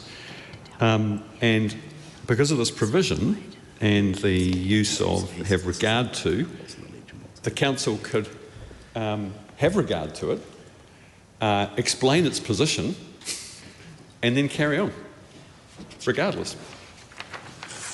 Mr. Chair, I mean, the short answer is this is a debate about how much is in primary ledge and how much is in national policy direction. Okay, so if you read the national policy direction in relation to housing and development, there's extensive amount of things that deals with some of what the member is talking about. So,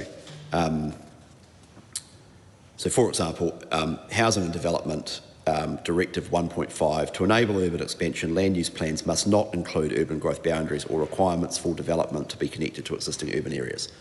So the member might say, well, that should be in primary legislation. We've decided that in the way that MPSUD works at the moment, the next layer down below the bill is the appropriate place to do that. I think there's a legitimate debate about how much should be in primary and how much should be in MPD. We've tried to create a consistent framework across, because it's not just about housing, right, which I appreciate is the member's passion alongside mine, but there's a whole range of other things the bill's got to do as well.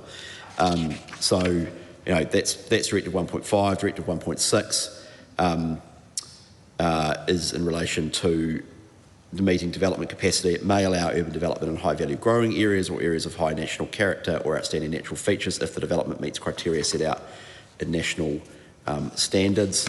There is Directive 2.2 is in relation to as much intensification as possible in city centres, which reflects the existing MPSUD, very high building heights in metropolitan centres, specified catchments, town and local centres.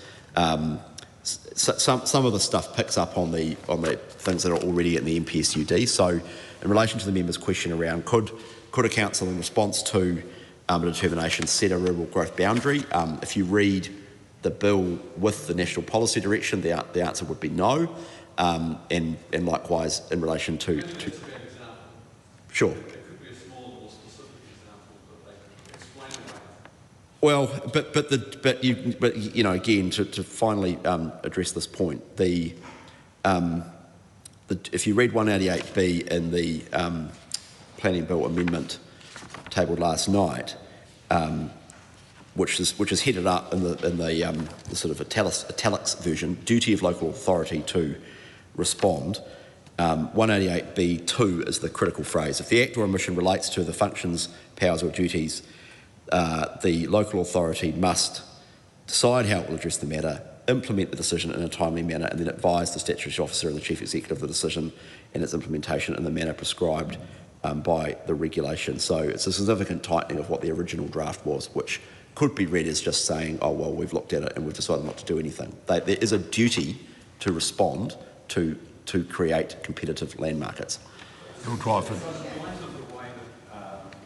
We've seen over the last few years quite a long list of councils who have prevaricated, stalled, gamed the process, and run previous ministers and this minister ragged in their efforts to avoid complying with national direction on these issues.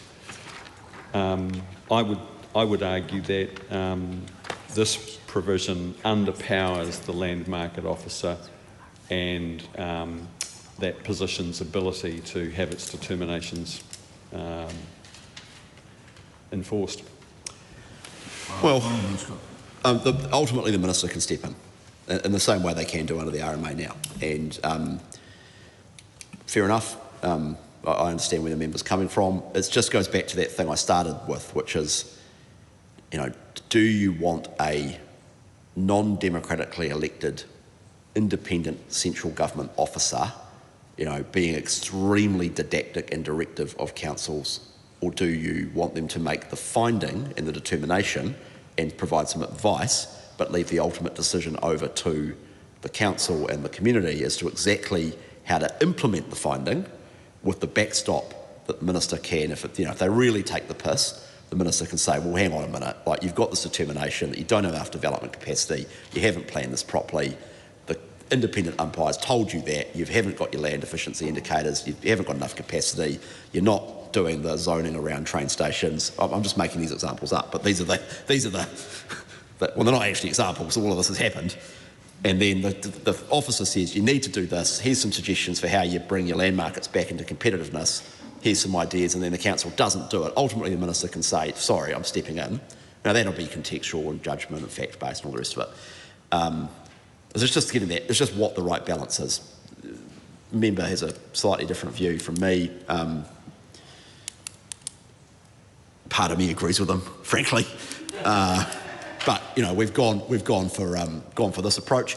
Look, it's a new thing. You know, we're changing the law here, and I hope we're creating world-leading legislation around land markets. I genuinely do, and but it won't be perfect on day one. The Reserve Bank Act wasn't either, so we changed the things over time as well. Oreni Kaipara. Yeah, I particularly want to ask the Minister. Straight off the bat, and it's in regard to Part 3, Clause 63 to 74G, spatial plans. Given that we've already debated the place of the mana whakahonoarohe, but this is really in regards to mana whenua, different from mana whakahonoarohe.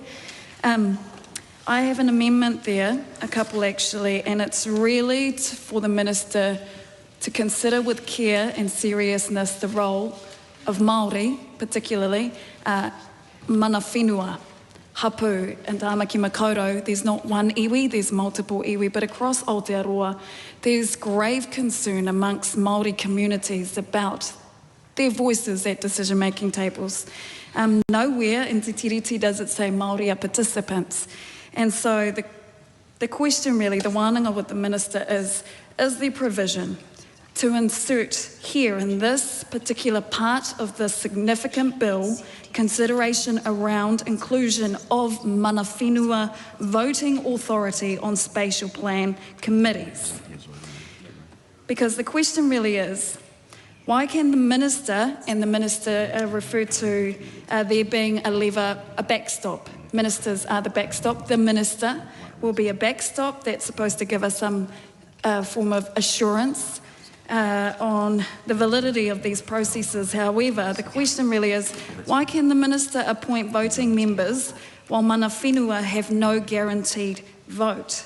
So the amendment that I'm asking for, and there's a series attached to this one clause, and it really does acknowledge and honour mana whenua and the position of being at the decision-making table, not as participants. So partnership with iwi authorities and customary marine title groups. We're not just referring to whenua, awa, we are also talking about moana, taonga, beyond just painting and pictures. It's actually the very essence of our biodiversity, but it is our moana, our awa, our maunga, everything. So with that, there is an innate connection between tangata whenua and everything that is taiao. So to determine decisions without mana whenua authority is a real failure. If we're going to make landmark, world-leading, global-leading legislation, then don't leave Māori behind, is really, really the pressing message from our stakeholders and our constituents as Te Pāti Māori. So going back to that clause, the consideration around could mana whakahono arohe be implemented here? I heard the argument and the decision based on it being removed because it was attached to the old RMA. However, we're talking about moving forward, new legislation, so why can we not include new provisions for new mana whakahono arohe permits in this? Honourable Minister. Thank the member for her question. We've thought quite hard about the composition of the spatial planning committees. The first thing to say is that people on them don't have to be elected members. So I think there's a sort of widespread assumption that the people appointed to the committees by the local authorities will be elected councillors, that they probably will be. I'm sure that will happen, but there's actually quite broad discretion as to how that happens. So Clause 71 says every local authority in the region is entitled to appoint at least one member of the Spatial Planning Committee. They may agree, they may not. They will not appoint a member, and there's some requirements as to who's on it and the rest of it. The local authorities must ensure that one or more members of the Spatial Planning Committee has knowledge, skill and experience relating to Te Ao Māori and Maori development. And then there's the ability for the Minister to appoint one as well. And that's a recognition that the Crown has interests here, okay? You know, the Crown has an interest in making sure that, you know, for example, the Bay of Plenty region is thriving and functioning and doing well.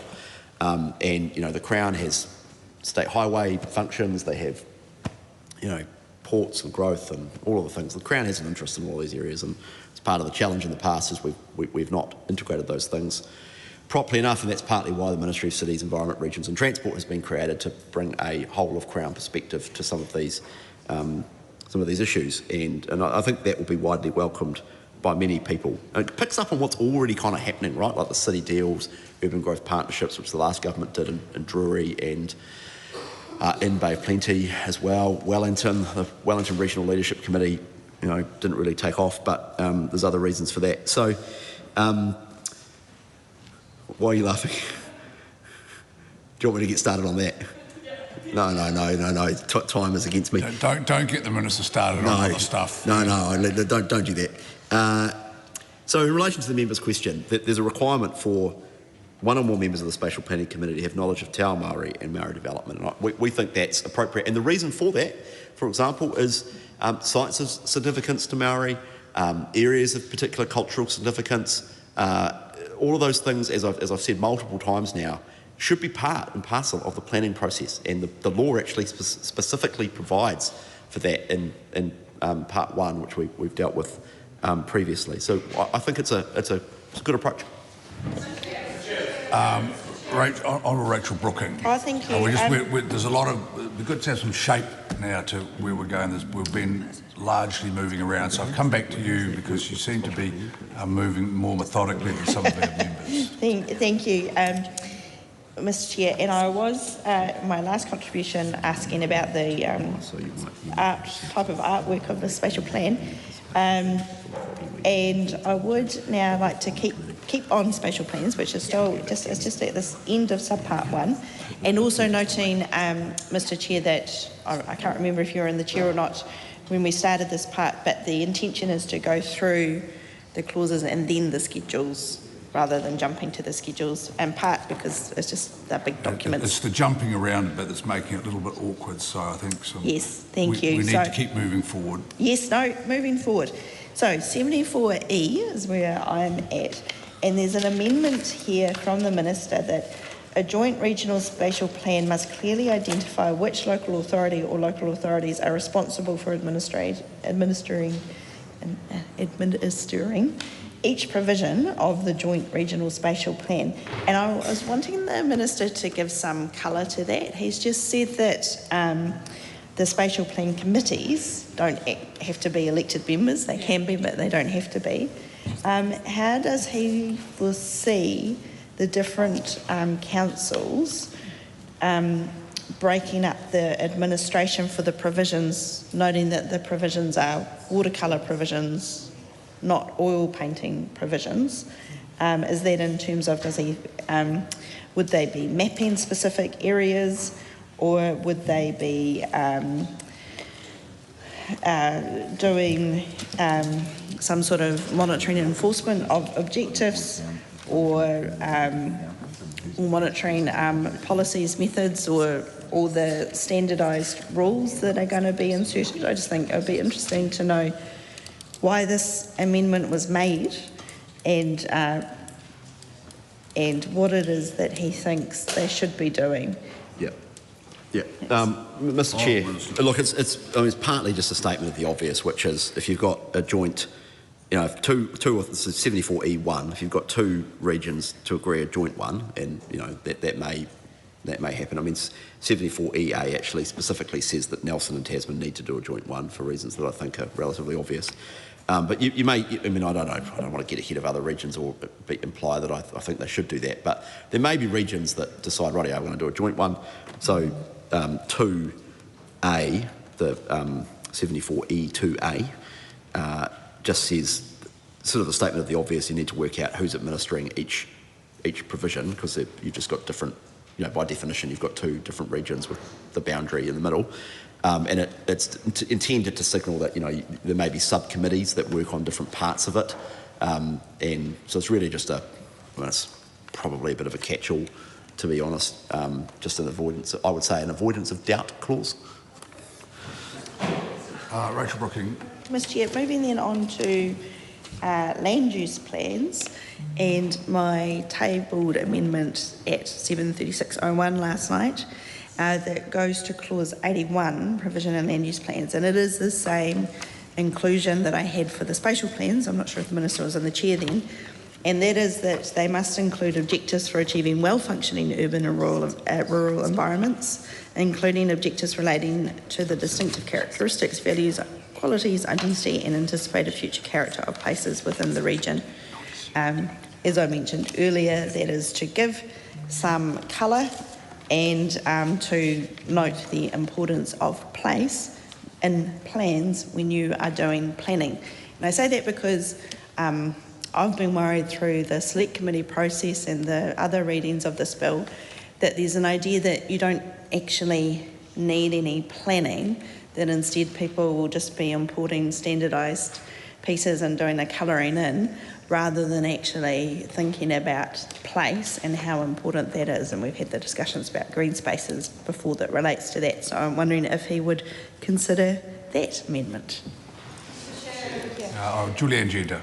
Mr. Chair, because we did jump around a bit referring to the Minister's amendment to the amendment paper, specifically about the statutory officer, I just wanted to signal that I think this merits a bit more discussion because it's not something that was considered during the select committee process. It's just been introduced quite late. So I just had a series of questions on that, but I still want to come back to some amendment papers about the regional spatial committee process and membership. But I guess I'll go to the statutory officer because I think it would be worth us having just a bit of a discussion about how that's going to work. It appears to me from the amendment paper that's been tabled by the Minister on the 25th of August at 7:26 that the duties of the statutory officer is mainly relating to proposals in land use plans, or does it also apply to regional spatial plans? Does it apply to national direction at all? Like, would you expect the government to be getting advice from the statutory officer for national direction? And the reason I ask this is because obviously land use plans are meant to be consistent with spatial plans, are meant to be consistent with national direction. So just wondering if the Minister could tell us a little bit more about also why this has been introduced at this late stage. Like, not opposed at all, just really genuinely interested and curious about how this came up, because I don't think it's anything that we heard about in the submissions to the Select Committee. Yeah, so I'll leave that there, but I've got more. Short answer is about land use plans, not spatial plans. Second question was about advice to government around national direction. The answer is yes. My expectation would be that if there's trends developing over time, the statutory officer could say to the government, you might want to amend national direction here, or this wording, to Mr. Twyford's point before.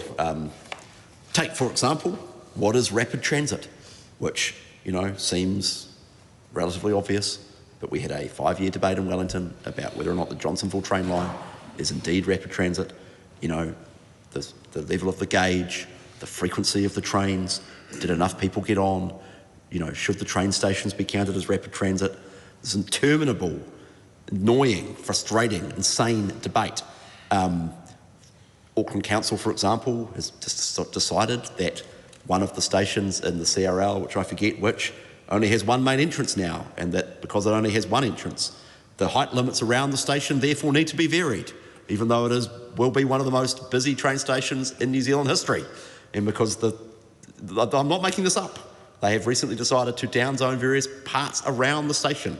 So, I take your point. So the point, I'm just getting a bit ahead of myself, but if there starts to be trends and things like that developing, which I suspect there will, based on previous council behaviour, then I would expect the Urban Land Officer to tell us that. In relation to where this came from, very briefly, as the member knows, I am passionate about driving change in our housing markets and creating competitive land markets. It would have been preferable to get into this earlier in the process. I accept that. As we reached the kind of crunch point of the bill coming back from committee, we had a fresh look at a government at national policy direction. I hope that this will be the first and last time we look at these issues for a while. There can be some refinements, but I don't want to go through a big bang reform process again. I think, frankly, the Parliament's over that. I think the country's over that. The planning profession is certainly over that. The councils are definitely over it. So we want to do this once, we want to do it right, and I just, accept it's a bit late in the process, but on the other hand, you want to get this right and try and create the best quality legislation that you can, and that's the explanation. Yeah, Julianne Gender. Mr. Chair, and thank you to the Minister for his answers. I guess I'm wondering, and it's somewhat related to the example he just brought up about the station design at Mongafo, will transport costs also be within the brief of considering competitive urban land markets? Because as I've raised repeatedly, you kind of can't separate housing costs and transport costs. There's like a relationship between them. You can get much cheaper land and have much higher transport costs, and the overall impact on a household budget could be the same or worse. So for low-income people are often pushed out to places that have poorer transport access because there's lower housing costs, but then they have much higher transport costs. So it is entirely possible that you could get advice that you need to zone for a whole lot more land where there's not good transport infrastructure or services, because that will bring down the cost of housing, but it could have a perverse impact on overall costs to households if we're not taking into account the transport infrastructure and services that are available. And, with the Minister's point, look, I totally think there should be more upzoning, but also it would be great at the point of designing a station, if they're value engineering a station and the Crown is paying and the Council's paying, it would be good for them to have the advice that actually if you're building a train station here, it should have more than one access point, because that will enable more access to the station. So I guess what I'm trying to get at is, will the statutory officer be able to consider this holistic relationship between competitive urban land markets and transportation services and infrastructure and the prices? Honourable Minister. Yeah, some of what the member's covering is under the kind of general rubric of well-functioning urban areas, which is a theme of what's in the goals for starters, but as a general theme. Without getting ahead of the independent officer who will do this work, if the member reads Schedule 10A of the amendment paper she was referring to, the assessment framework is the key bit. So the statutory officer must establish, review and maintain an assessment framework to be used in making determinations under Clause 3, which is the competitive land markets thing, and in the manner prescribed by regulations and national instruments. So, which we haven't done yet, so the short answer is possibly yes, but the point is the land market officer has to do the framework, and we're actually leaving it over to them, and there'll be a bit of give and take around, government may wish to issue some direction around that as well, as per national direction and then standards. But, to be fair, a bit of detail to be worked through on this. So we are kind of making it up, not making it up. We are building the plane as we fly it a bit, but, really confident we're heading in the right direction. Just one more. You've mentioned that they're not advising on, or it's not applying to regional spatial plans, but land use plans have to be consistent with regional spatial plans. So how does that work? Yeah. Honourable Minister. the land use plans are where the rubber hits the road on this stuff. So, I mean, I suppose it's not completely accurate to say they don't affect regional spatial plans because one follows the other. But going back up, I suppose they're tangentially related. The point is to focus on the land use plans because that's where the rubber hits the road around competitiveness.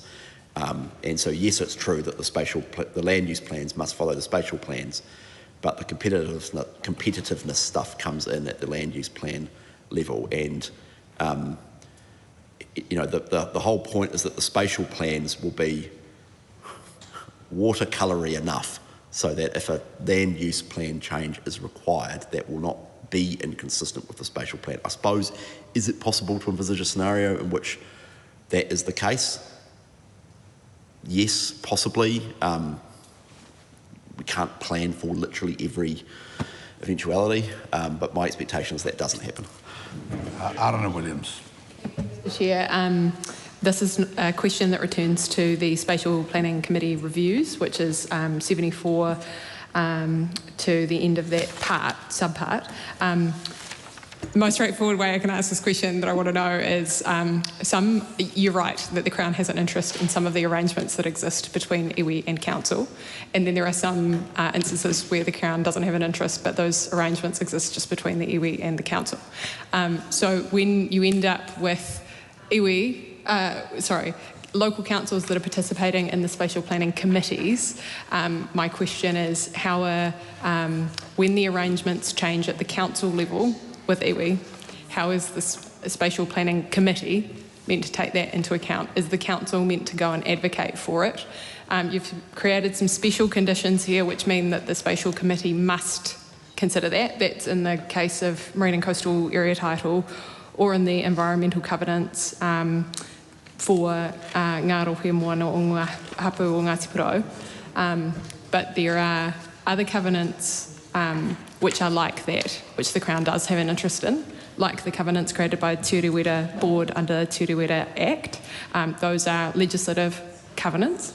And then there are all of the non-legislative covenants, because of course you can enter into a private covenant. So how are the spatial planning committees meant to take them into account is the question there.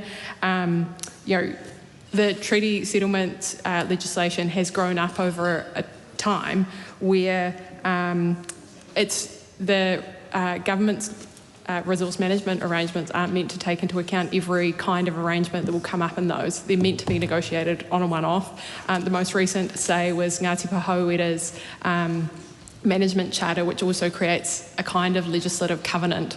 But to have its local authority then going along and advocating at the spatial plan level to take those into account simply won't happen.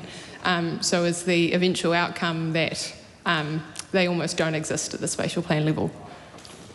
Well, Honourable Minister. All I can say in response to that is it depends. It depends. I mean, the statute, the bill lays out requirements for the appointment of spatial plan committees, councils, which are separate things from local authorities, although obviously connected because the local authorities make the appointments. And the short answer is it depends on what the local authorities wish to do in relation to their own arrangements with local iwi authorities, and the bill was not prescriptive around that.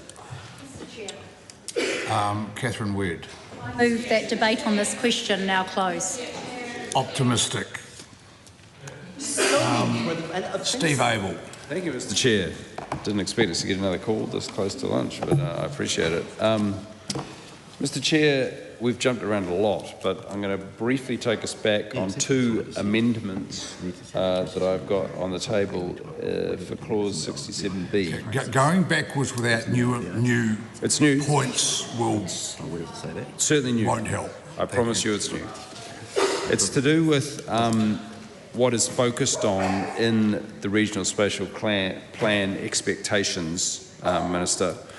Yeah, where you set out the key drivers in 67B2, and one of the notable things is you've put in the marine and coastal area and priority areas for planning to adapt to the effects of climate change. And my amendment proposes that what should also be in there is a requirement to accommodate natural hazards, priority areas for environmental protection, enhancement and restoration, potential flood zones and flood pathways. which in the context of our climate changing world and the desire for us to have lasting infrastructure in space seems like an important thing. Significant natural areas, outstanding natural features and landscapes, ecological corridors, including potential pathways for restoration of ecological corridors, and finally, drinking water sources. Can the Minister specifically elucidate as to why something as important on that final point as drinking water sources would not be a thing that should be spatially planned for? We're acutely aware of the need to protect source water, being rivers, lakes and aquifers, which is the foundation of water supplies, particularly in regions such as Canterbury or Southland, where groundwater is an essential part of the water infrastructure, or, water necessity for the public. And I wonder if he can explain to us why he hasn't included those things and whether he would consider including them. Thank you.